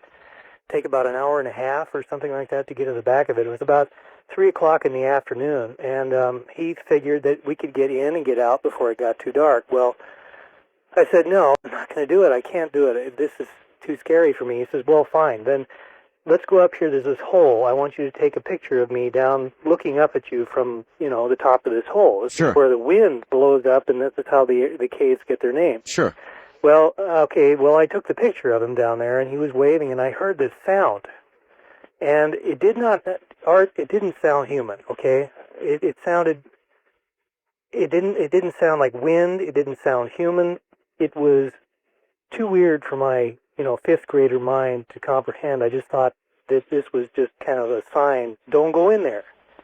So I told him, look, I can't, Jim, I cannot go in there. Something is wrong. Well, these scouts went in there, and we left. Okay, well, the next day, and Jim never really he was rather angry with me for the whole thing, and the next day, Mom came out, and I was out raking the leaves, and she says, what happened yesterday? Mm-hmm. And I said, well, what do you mean? She goes, well, because Jim we heard a report on the radio about a woman that was killed, and there's a woman that was killed, and she was taken out, and apparently she was left in this cave. And I just went dead inside. And I asked him about it later, and he said, well, it's nothing. Forget about it. Well, I asked Mom about it later. I said, what did you hear on the radio? Okay, we've got to rush to a conclusion. Okay, I'll make it very quick. There was a woman that was killed in Salem, Oregon. Her body was taken to the back of the wind caves. She was found by a scouting troop that entered the caves around 3 o'clock in the afternoon on the Sunday that I was there with Jim. They entered just after we left. Basically, that's the end of the story. It's just... Well, I was going to ask you what came out on the film. What came out on the what? Film? The picture you took? Oh, just Jim, smiling up at me from the hole. All right, nobody else smiling up. All right. Art, boo, happy Halloween from Kinko's Portland, the Graveyard Crew. And I've got a lot of similar greetings, and I've got stacks now of ghost stories that I'm never going to have time to tell you all about. From Linda in New Orleans, Art, thanks for a great show. Maybe next year you could call the show Things That Go Perump in the Night. Wildcard line, you're on the air. Hello. Art. Yes. Oh, this is Lucky out of Seattle. Yes, hi, Lucky. I don't know if this is a ghost story or not, but... Well, that's all we're taking, so it better be. Well, what it is here is my father left when I was about 2 years old, and I'd never known his whereabouts, and up until about a year ago, I'd never known. Well, anyway, I'd had a phone number. I'm a descendant from an Indian family, and I'd had a phone number on how to get a hold of him. Right. And, well, what we did was I had this phone number probably for 2 years. One morning I woke up and just out of the blue, just called. And it was to a tribal office in South Dakota. Anyway, I'd called, and this gentleman had told me that he thought that my father was deceased. And after further review, he had called me back, and he said that he had deceased. But the thing that was weird about it was he told me that, and I never knew this, that March 31st was my father's birthday. And that was the day that I had called him. Wow. And well, that's either ESP or it's a good ghost story. Thanks for the call. Good morning. It is Saturday morning on Halloween weekend, or Monday morning, depending on when you're hearing this program. But in a lot of ways, it doesn't matter what day it is. It's ageless, isn't it? These are ghost stories, real ones, from real people, all of you. Scarier than any sort of guest I could put on, because it's coming from all of you, and it's real. That's what it's all about. That's what this program is all about. And we now continue. On the toll-free line, you're on the air. Good morning. Hi, Art. It's Kim from Olympia. Hi, Kim. My ghost story kind of pales in comparison to some of them I heard tonight. But my bedroom, I have a bed. My TV's at the foot of my bed, and I have a big bird on an open perch. It's a blue and gold macaw. Right. And my roof always leaked. just in this one little place. And so we finally got tired of messing with it. We put plastic over the hole, over where it leaked at. Well, sure. And it's always been a familiar sound, hearing my husband walking around back and forth that they're working on it. Well, one night, he was down at his shop working, and I was in bed watching some good trash TV. And I heard him go up there, and I figured, well, he's just fixing the plastic, you know, it had blown off or something. It's really late at night. And I waited through 3 commercial breaks because I was all cozy and didn't want to get out of bed. And finally, my bird kept getting upset. Whenever I get in bed, he goes to bed. And my bird kept pacing back and forth. And he kept pacing back and forth. And I thought, daggum, it's, bothering him. And pretty soon he goes, rock, makes a really loud sound. I go, he's going to wake my kids up. So I got out of bed to go yell at my husband. And right when I got to the door to open it, my husband opened the door. And the walking stopped. Oh. Yeah. That's my ghost story. What do you think it was? My husband said, see, it's general knowledge in my family that I'm chicken. I'm afraid of everything. I don't do ghosts. And he said that it may have been someone close to us who passed on that wanted to make contact but not make me afraid. It was something that I was very familiar hearing because it sounded just like my husband up there walking. I've heard it for years. Thank you for the call. Bye-bye. Take care. I can imagine it would be so if there is an afterlife, and I am convinced there is. Then there would be nothing that anybody would want to do more than to contact, to comfort, or to somehow link with the loved one they left behind. So I don't find it strange that we get these sorts of stories. I would be surprised if they were any other sort of story. It's always it seems a link to somebody that has known the person who was alive, or many times it appears to be a guardian angel kind of story. And occasionally the story of a spirit that has died under very troubling conditions, a very violent, unexpected death, that sort of thing. Toll-free line, you're on the air. Hi. Good morning. Excuse me. This happened to me, or when I was in Europe about 10 years ago, and both my parents are archaeologists, and they had been digging at a Gallo-Roman dig on the Luxembourg-Belgian border for about 3 years. Mm-hmm. And we always stayed at a house that was sort of on a low, bald mountain, forested. 2 villages were nearby, Pétange on the Luxembourg side and Rodingen on the Belgian side, and the dig was nearby, the Tilburg. And we always had a crew of student diggers that would dig with us. And one year we were having a dinner. It was nearing the end of the season, the summer season when we were digging there. And we had a dinner, and all the students were there and stuff, and it was kind of a drizzly, semi-foggy night. Sure. And it was getting sort of late in the evening, and we were getting ready to go to bed, my brother and I, because we were pretty young. We were, 10 or so.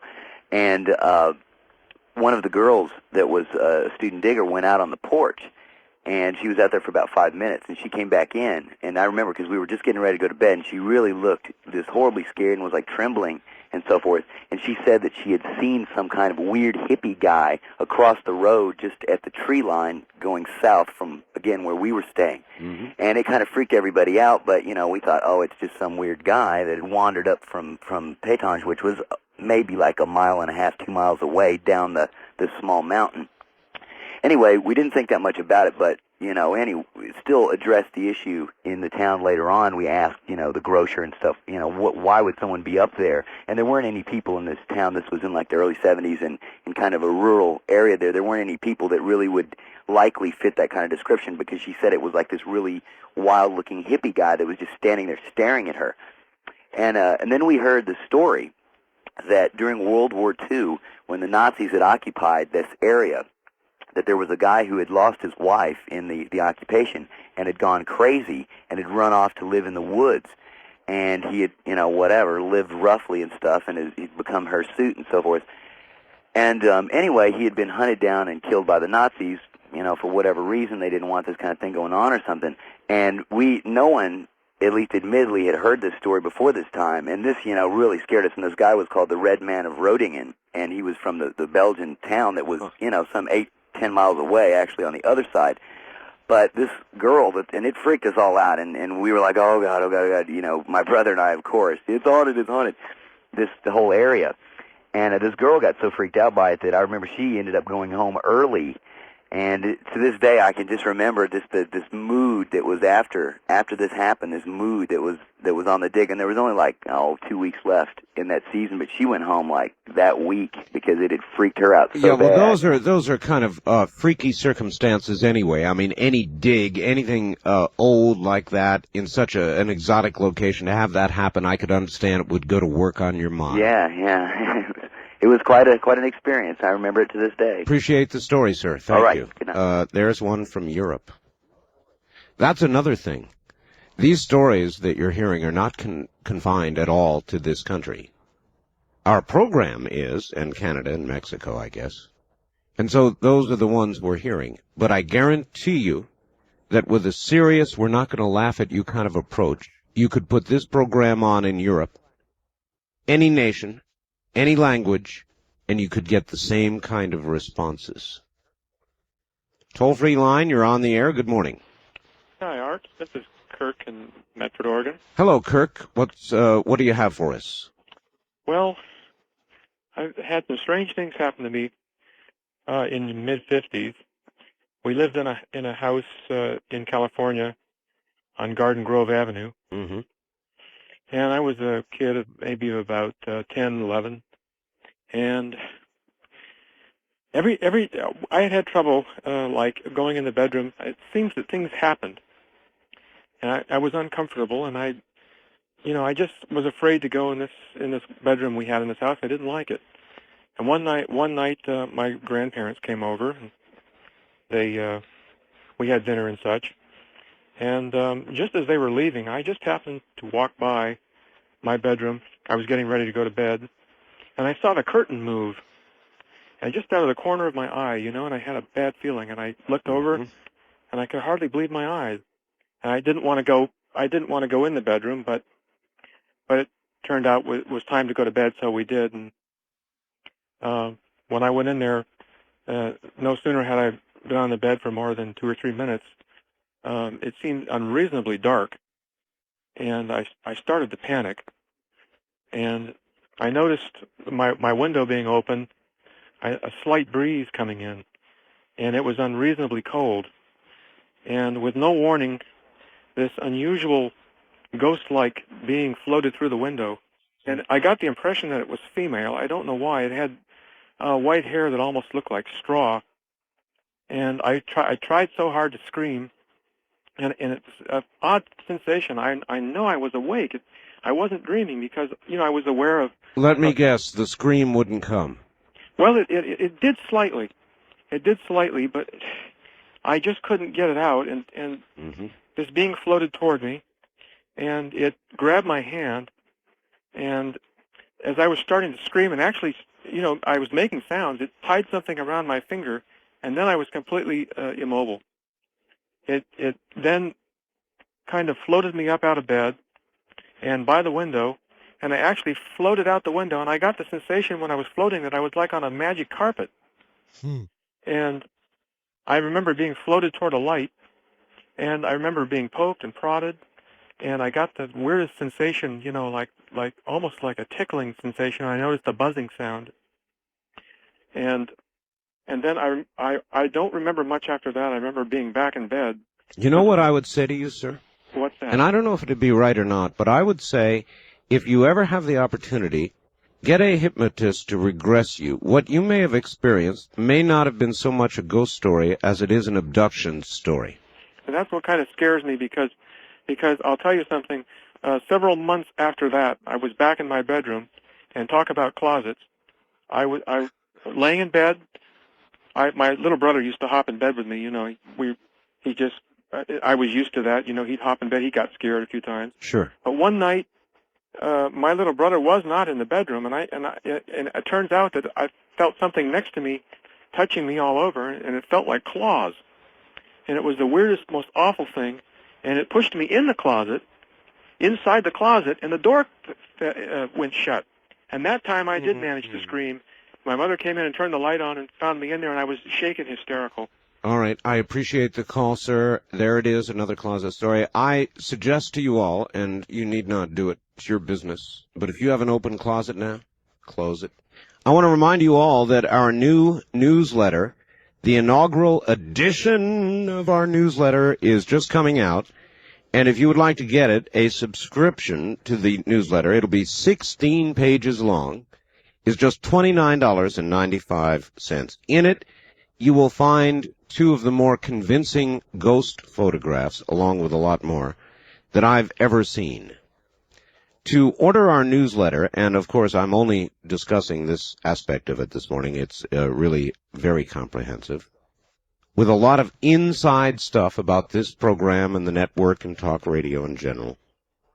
The number to call, $29.95 with your credit card, 1-800-917-4278.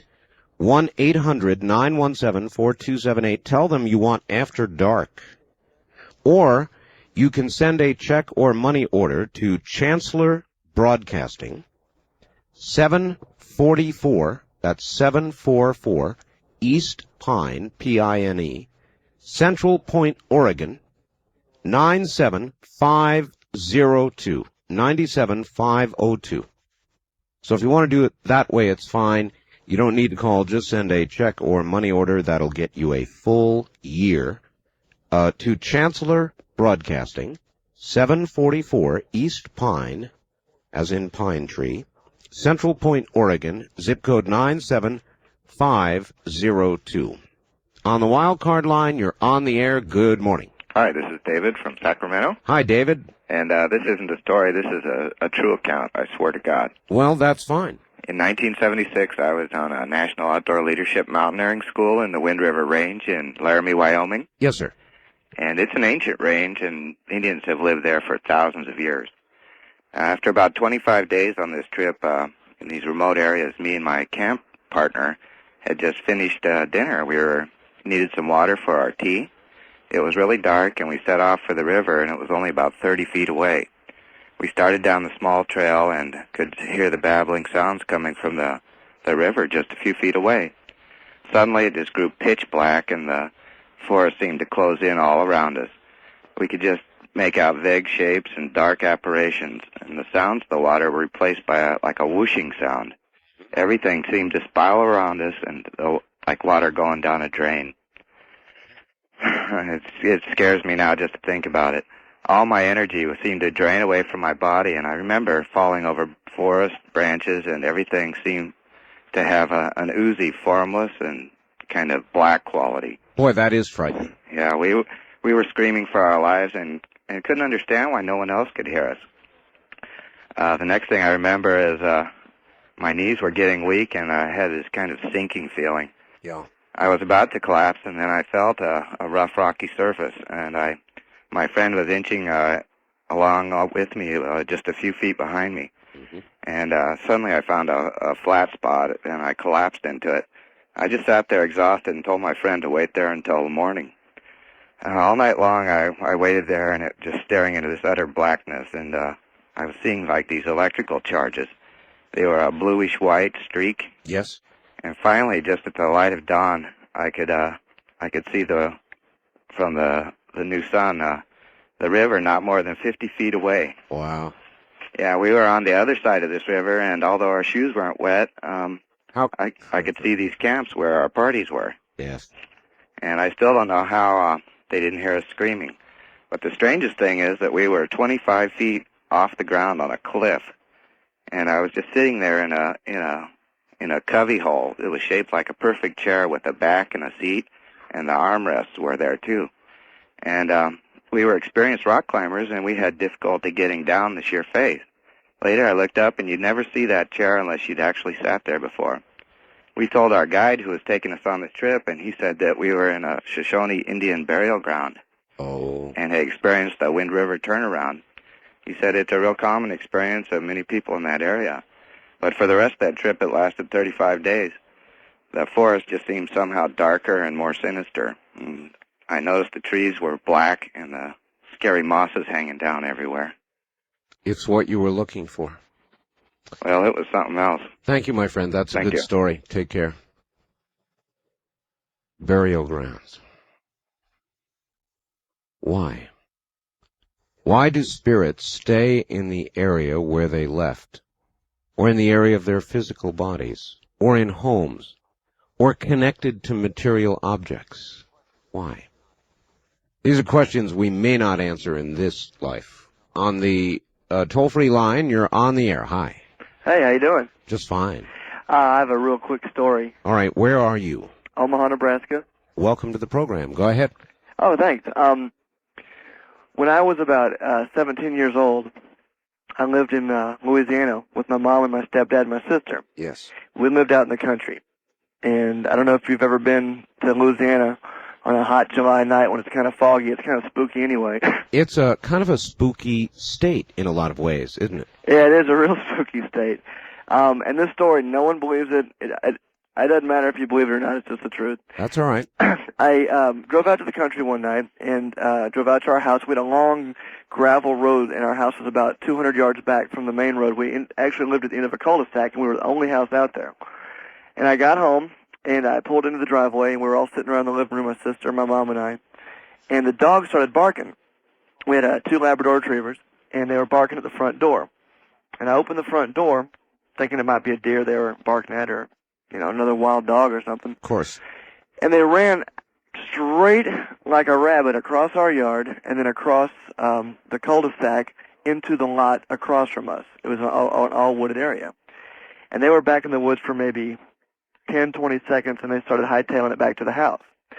And, I'm not that brave, but I'm brave enough to get a flashlight and walk around and see what's, in the woods across the street from my house. Mm-hmm.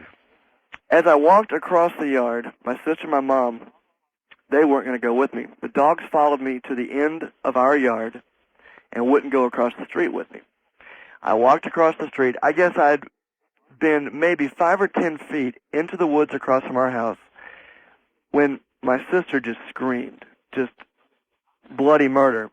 And I turned to look at her, and when I did that, she said, just run back to the house.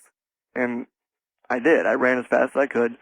And when I got back to the house, I said, what was the deal? And she said, just turn around real slow and look out in those woods. And right where I had been, maybe 5 or 10 feet from where I had been standing, there were these 2 red glowing eyes. Oh, my God. And I have never in my life, listen, it gives me the willies thinking about it now. I have never in my life felt more terror. We went in the house. We called the sheriff. The sheriff came out, rummaged around. There's nothing out there. Absolutely nothing. But for the rest of the time, the rest of my life in the country, in that Louisiana town, at any given night, unearthly screams and weird stuff in those woods, and as soon as I could, I moved out. The creepiest thing, I can't explain those eyes, were just the weirdest. I would, too. I'd be gone. Red eyes in the woods? Oh, no. Yeah, so I don't know if that's a ghost or not, but it was one of the creepiest things I've ever seen. Well, it definitely qualifies, sir, and I take it nothing like it has ever happened to you since. Well, I've had other odd things happen in my life. If I can tell you one more, this is very quick. Very quick. Again, in Louisiana, when I lived in New Orleans, I have a story I like to call the skeleton story. When I was a small child, I must have been 4 or 5, I have the remembrance of waking up in my bed on 2 occasions and a blue pale light coming from outside my window. I open up, I just pull the curtain aside, and there's like 2 skeleton faces outside my window, and it scared the crap out of me. Then, on another occasion, I saw another blue light in my hallway, and this skeleton figure walked right down the hallway into my sister's room, and that's all I remember. That'll do. I appreciate your call, sir. Thanks a lot. Thank you. I appreciate all of your calls. This has been a pleasure. You have just heard the 1994 edition of our annual Halloween show. I thank you. It's been a good week of talk radio. This program will repeat Sunday night, Monday morning on Halloween. We will be here with a Dreamland on Sunday evening. And we will resume the syndicated program next week. Don't forget to get a copy of this program, and I can imagine you might want one, or to get our new newsletter with Visa or MasterCard. Call 1-800-917-4278. 1-800 917-4278. Thank you all, those who sent faxes. I didn't get to all of them. I'm sorry. I've got a whole stack here. It's been a wonderful night of talk radio. We could use hours more, but don't have them. Take care. Good night. Well, it's as good as any other explanation you can come up with, and there are many. And we know, Art, that there have been these stories since the 40s of silver discs with non-human beings being found in New Mexico and other places. And you got that. You've now had one correspondence that you have put out. You've gotten another. I don't know if you are going to distribute that publicly, but it comes down to the fact that somebody says that they have had pieces of artifacts from a crash. In the letter it says Roswell. We don't know where. There's no specific coordinates. All right, if I might, let me stop you and tell everybody the second letter, the one Linda is now referring to with regard to the Roswell pieces, is now on the Internet. It's under anonymous letters. You see first the photographs of the material, then the first letter, and now the second letter has been added to it as of this moment on my webpage. Okay. Linda, if you would, start out. Yeah. You've been a middle person for me, and I really want to thank you because getting something like this is actually kind of a burden. It is very difficult, Art, because you now are experiencing what for the last 16 years trying to find anybody with very credible professional credentials who would be willing to look at physical tissue and samples in the unusual animal deaths was difficult, and now having to deal with artifacts that may have come from a craft from someplace else is also difficult, and we are still experiencing the same syndrome that these professionals ask for and must remain anonymous in order to protect their positions in their work. All right. How much can you tell us about the scientist? He's well credentialed, who examined this possible wreckage. Yes, and he is in a major Midwestern university. He has been helping me and several other investigators in several aspects of the phenomena for about 7 years. His work is extremely good, well done. And he has been looking at the alleged Roswell UFO crash artifact that you received last month. All right, can you, before we get to that, tell us what kind of tests were done on the material? Yes. You gave him 10 pieces, and the 10 pieces broke down into 5 small, turn out to be, this is very interesting, they are perfect squares. They've been measured, and they are exactly 6 millimeters by 6 millimeters square and less than 1 millimeter thick. And every one of those 5 little squares weighs exactly 160 milligrams each. How likely is that? Because the pieces I gave you, Linda, were not all shaped the same. I gave you some circles, I think, some oblongs, and some squares. That's right. The 5 squares are exactly perfect squares.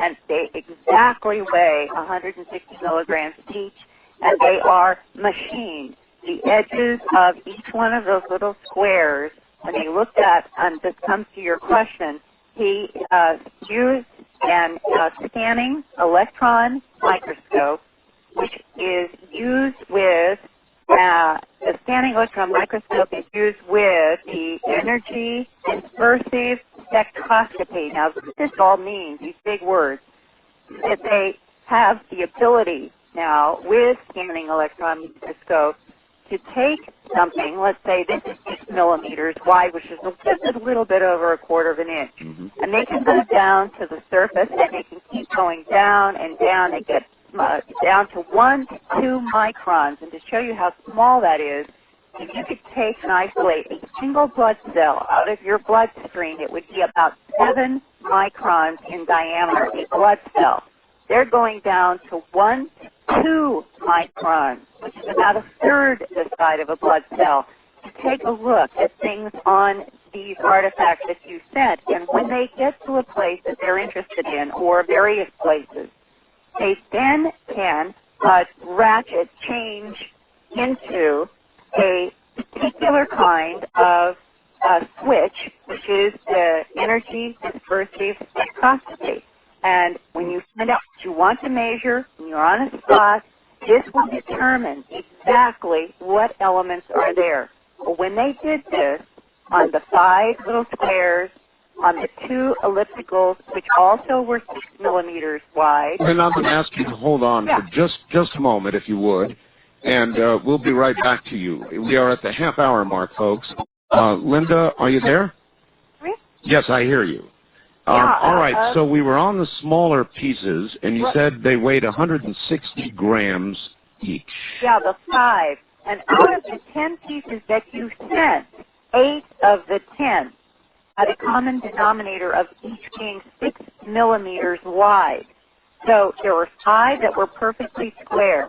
There were 2 elliptical that were 6 millimeters by 8 millimeters, and the circle was 6 millimeters in diameter. So 6 millimeter seemed to be a constant, at least in some of these dimensions. Now on the, we'll call it the very thin blade, it measured exactly 10 inches by 1.5 inches, which the scientists thought was unusual, that anything would end up in even inches, which is a terrestrial measurement.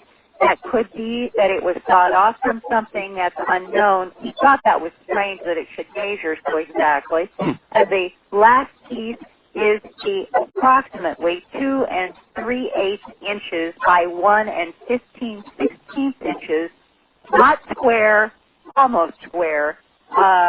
We'll call it the vent. It is this small, very, very thin object with very thin slits throughout it. Yes. Now, I'm going to have some other detailed remarks to make about we'll call it the blade and the vent. But first, I want to go to a sentence that is from the second communication that you now have out on the computer. And this is from the source who says, Granddad stated their own analysis. He's talking back in, that he came in possession of these in 1974 from his grandfather, who got them from the, I guess, the 1947 crash, is what he's alleging. Granddad stated their own analysis of the samples indicated it as pure extract aluminum as a conductor for the electromagnetic fields created in the propulsion system, unquote. And we'll stop there for a second. That sentence certainly seemed to hold up. And they took the electron dispersive spectroscopy to every single one of the 10 pieces on several parts of them. Now, what they're doing in the EDS, you bombard with electrons, and it knocks out electrons, kind of punches out the electrons. And those electrons have a very characteristic wavelength. They put out an X-ray when they fly out, and that X-ray has a very characteristic wavelength, and then you can tell exactly what the element is. Okay. Well, over and over and over again in every one of these, it was, and this is the phrase that is correct to use, greater than 99% aluminum and could not detect any other element. Because scientists are reluctant to say that anything is 100% anything.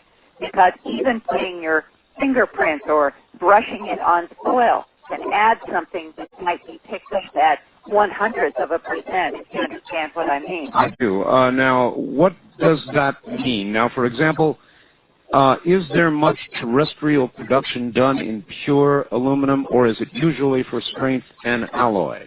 Usually when we're building with aluminum in something, we are adding manganese or other alloys to strengthen. And tomorrow or Tuesday, this scientist is going to be meeting with a metallurgical professional to discuss exactly these issues of aluminum alloys and 100% alloy, and I hope that next Sunday I can have a further update on that. But I want to say that there's something else interesting that showed up in the scanning electron microscope, which gets into this question of whether or not there's anything that could be structural. It's certainly not an alloy, but what they found in one of the 5 little squares were silicon granules. They were 1 to 2 microns, and they seemed to be embedded in the surface of the aluminum, and on this square there were striations across it as if the little square had itself been either scratched or abraded by something.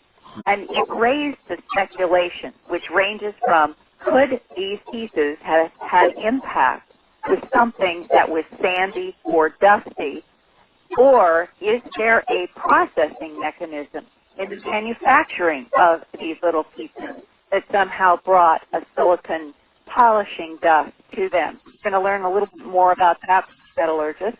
And when you come to we'll call it the very thin blade, it was less than 1 millimeter, just extremely thin and light, just 10 inches long and 1.5 inches wide. Right. On that and on what we're calling the little vent were granules that were different. These turned out to be 10% manganese, 10% iron, and 80% aluminum. I'm talking now only in little granules. It seems to somehow be attached or also embedded. Now, what they are or what they mean or whether they are something that was picked up over time, the source said that he's had these since 1974, and they were tarnished, and they may have been exposed to other things. That part's hard to know. Well, a question still hanging is, even if they are all aluminum on the outside, could there be any structural detail on the inside? Well, tonight, just before we went on the air, the scientist called me. He was in the lab. He had, with your permission, Art, he had cut into one of the little 5 squares that we talked about. Yes. And he said it was pure silver, shiny, appeared to have no other structural details. And at this point, it appears that that at least is just aluminum, aluminum, aluminum, aluminum. And as he said to me, in this universe, where as far as we look, when we look at all of the elements and we look at the stars and the galaxies, we keep seeing the same spectrums of the same elements. So if it is aluminum and aluminum and aluminum over and over and over again, what we do not know is function. We know we have aluminum on this planet. There must be aluminum throughout the universe and other places. But what are the function of these? And to this date, there is nothing about any of this that to the scientists or even some of the people he has worked with and they have discussed, there is nothing that even indicates any kind of function from these at this point. In other words, no earthly use they can discern. Not at this point. And the other question comes back to this force's strange sentence about used as a conductor for the electromagnetic fields created in the propulsion system. Well, aluminum might conduct some electricity, but what would the relationship be specifically to an electromagnetic field? We're also going to talk with the metallurgists and some other people about that. The answer is, of course, it's not magnetic. Aluminum is not magnetic. That's right. So by next weekend, we may have a little bit more, at least, professional information about some of these questions, but at this point, Art, there is nothing that we can say that would confirm or deny that they are in fact extraterrestrial, other dimensional, time travel, or anything. It's aluminum, aluminum, aluminum in shapes that appear to have definitely been machined. Could they have been machined on the Earth? I am assuming definitely in this day and age they could have been 1947. Could that be a source? We do not know, and all we've got to go by at this point are this man's 2 letters. All right, and there's some chance that they impacted on something. Well, it's speculation about the silicon granules in one of the 5 little squares. It could also be a manufacturing process, and these are the kinds of things that are very difficult for us to know beyond the fact that we've got these 2 letters from this man claiming that these are artifacts from a crash. Now, I think it's also important to point out that Jesse Marcel Jr., who saw some of this material at his father's, that his father brought home to the kitchen in 1947 July, describes completely different types of material. A type of crinkly thing that would regain its shape. And he said, he told me in that interview that he never personally crinkled them up. His mother told him that. He never did it himself, but he said that he did handle the material. He saw for himself those fuchsia-colored symbols in these little 3/8 of an inch wide little beams that were so light and have been compared in other research to balsa wood, looking like sort of a silvery, coppery color, but being compared to balsa wood. Again, all of that is quite different from this aluminum, aluminum, aluminum. Okay, so round two. One of the faxes that I received was from Mr. Edward Stork of Denver, Pennsylvania, who has studied on his own a lot about metallurgy, and he called me to say that a piece of 99% pure aluminum, exactly 6 millimeters by 6 millimeters by 1 millimeter, would have to weigh 97 milligrams, not the 160 milligrams that the university scientists found for each of the 5 little squares.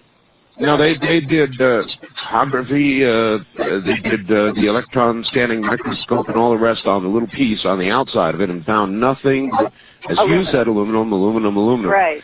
And so that should weigh 97. And instead...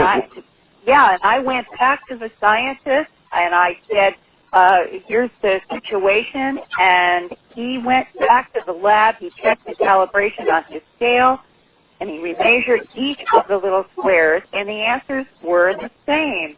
But he also did a calculation and said, yes, that it was true. If the little squares are 99% pure aluminum at 6 by 6 by 1 millimeters, they really should weigh 97 milligrams, not 160 milligrams. So now we have a weight discrepancy to solve. Well, another factor said that he had worked in an aluminum die cast plant and proposed that all the pieces are sample molds used to determine material content. He said that the grooves in the round piece that resembles a phonograph record are created by metal lathes used to smooth the surface to be tested. This is a quote from his fax. The squares, oblong, and round fragments are punch-outs that are material that is removed from the castings to make openings for mechanical connections, unquote, and therefore they are scrap material and thrown away.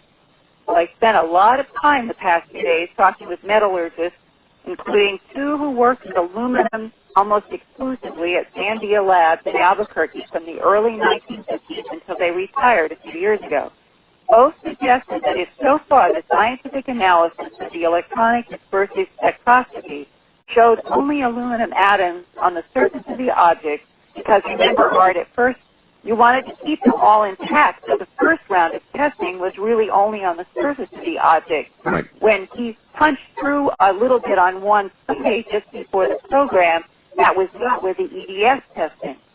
Well, the logical conclusion is, according to these men, that there is a coating of aluminum around another different metal on the inside, which can be a way to manufacture aluminum alloys because aluminum is non-corrosive and might be used as a coating. Now, this is what the retired Sandia laboratory metallurgist Charlie Mack had to say about why the EDS might have picked up only aluminum and whether or not the pieces could be scrap punch-outs. Mm-hmm.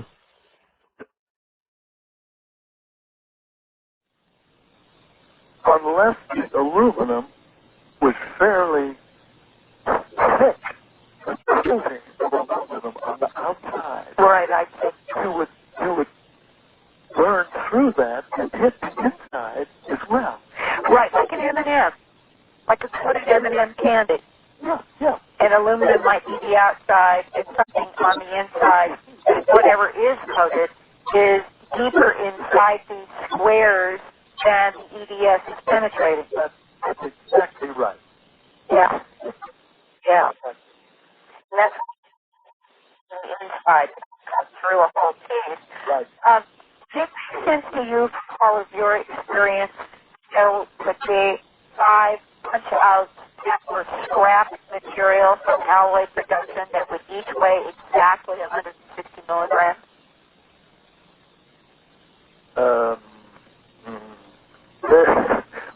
the means by which it was punched, the tooling would have to be excellent in order to come up with the same volume of material punched out, which of course is kind of unusual.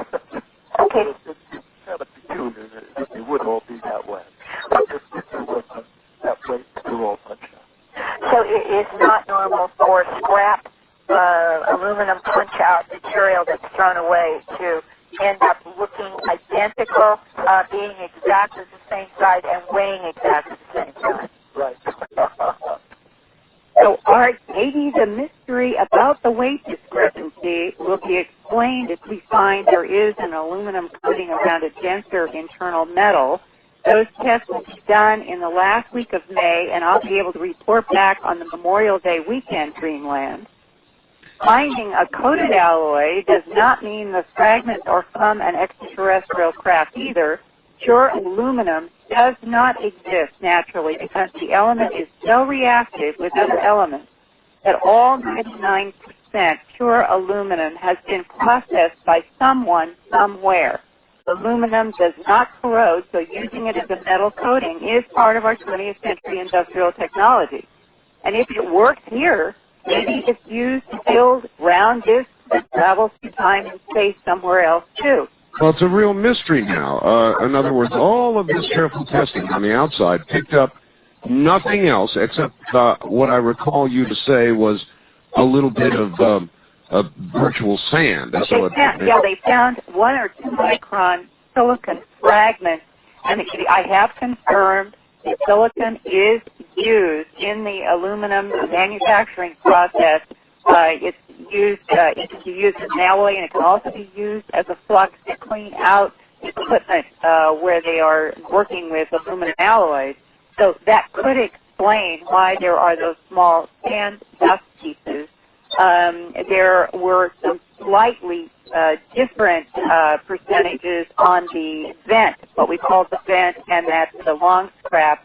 It had other mixtures which also could have come from the dust of work with an alloy. And maybe in the final result, we will have an alloy that might be some company's sophisticated punch-out scrap, and then that would mean that whoever sent these letters and sent these pieces was perhaps trying to run us off in a red herring, or could end up being another anomaly that we have studied but we could never prove its origins, like so many other puzzles in UFO phenomena. All right, the big headline is, it really can't be aluminum.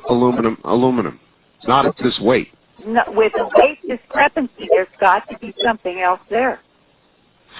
Fascinating. It is. And they cut it open. They cut one of the squares open, and they found nothing but a shiny, apparent aluminum interior as well. So far, but they haven't put it under the EDS, and that will happen in that last week of May. All right, and if they find nothing but aluminum, then we've really got a problem, don't we?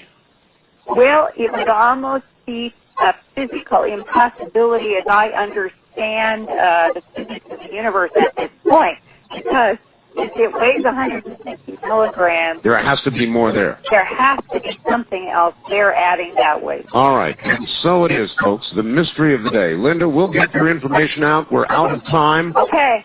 Bless your heart. I'll look forward to next week's report. Okay. And stay away from the chupacabras.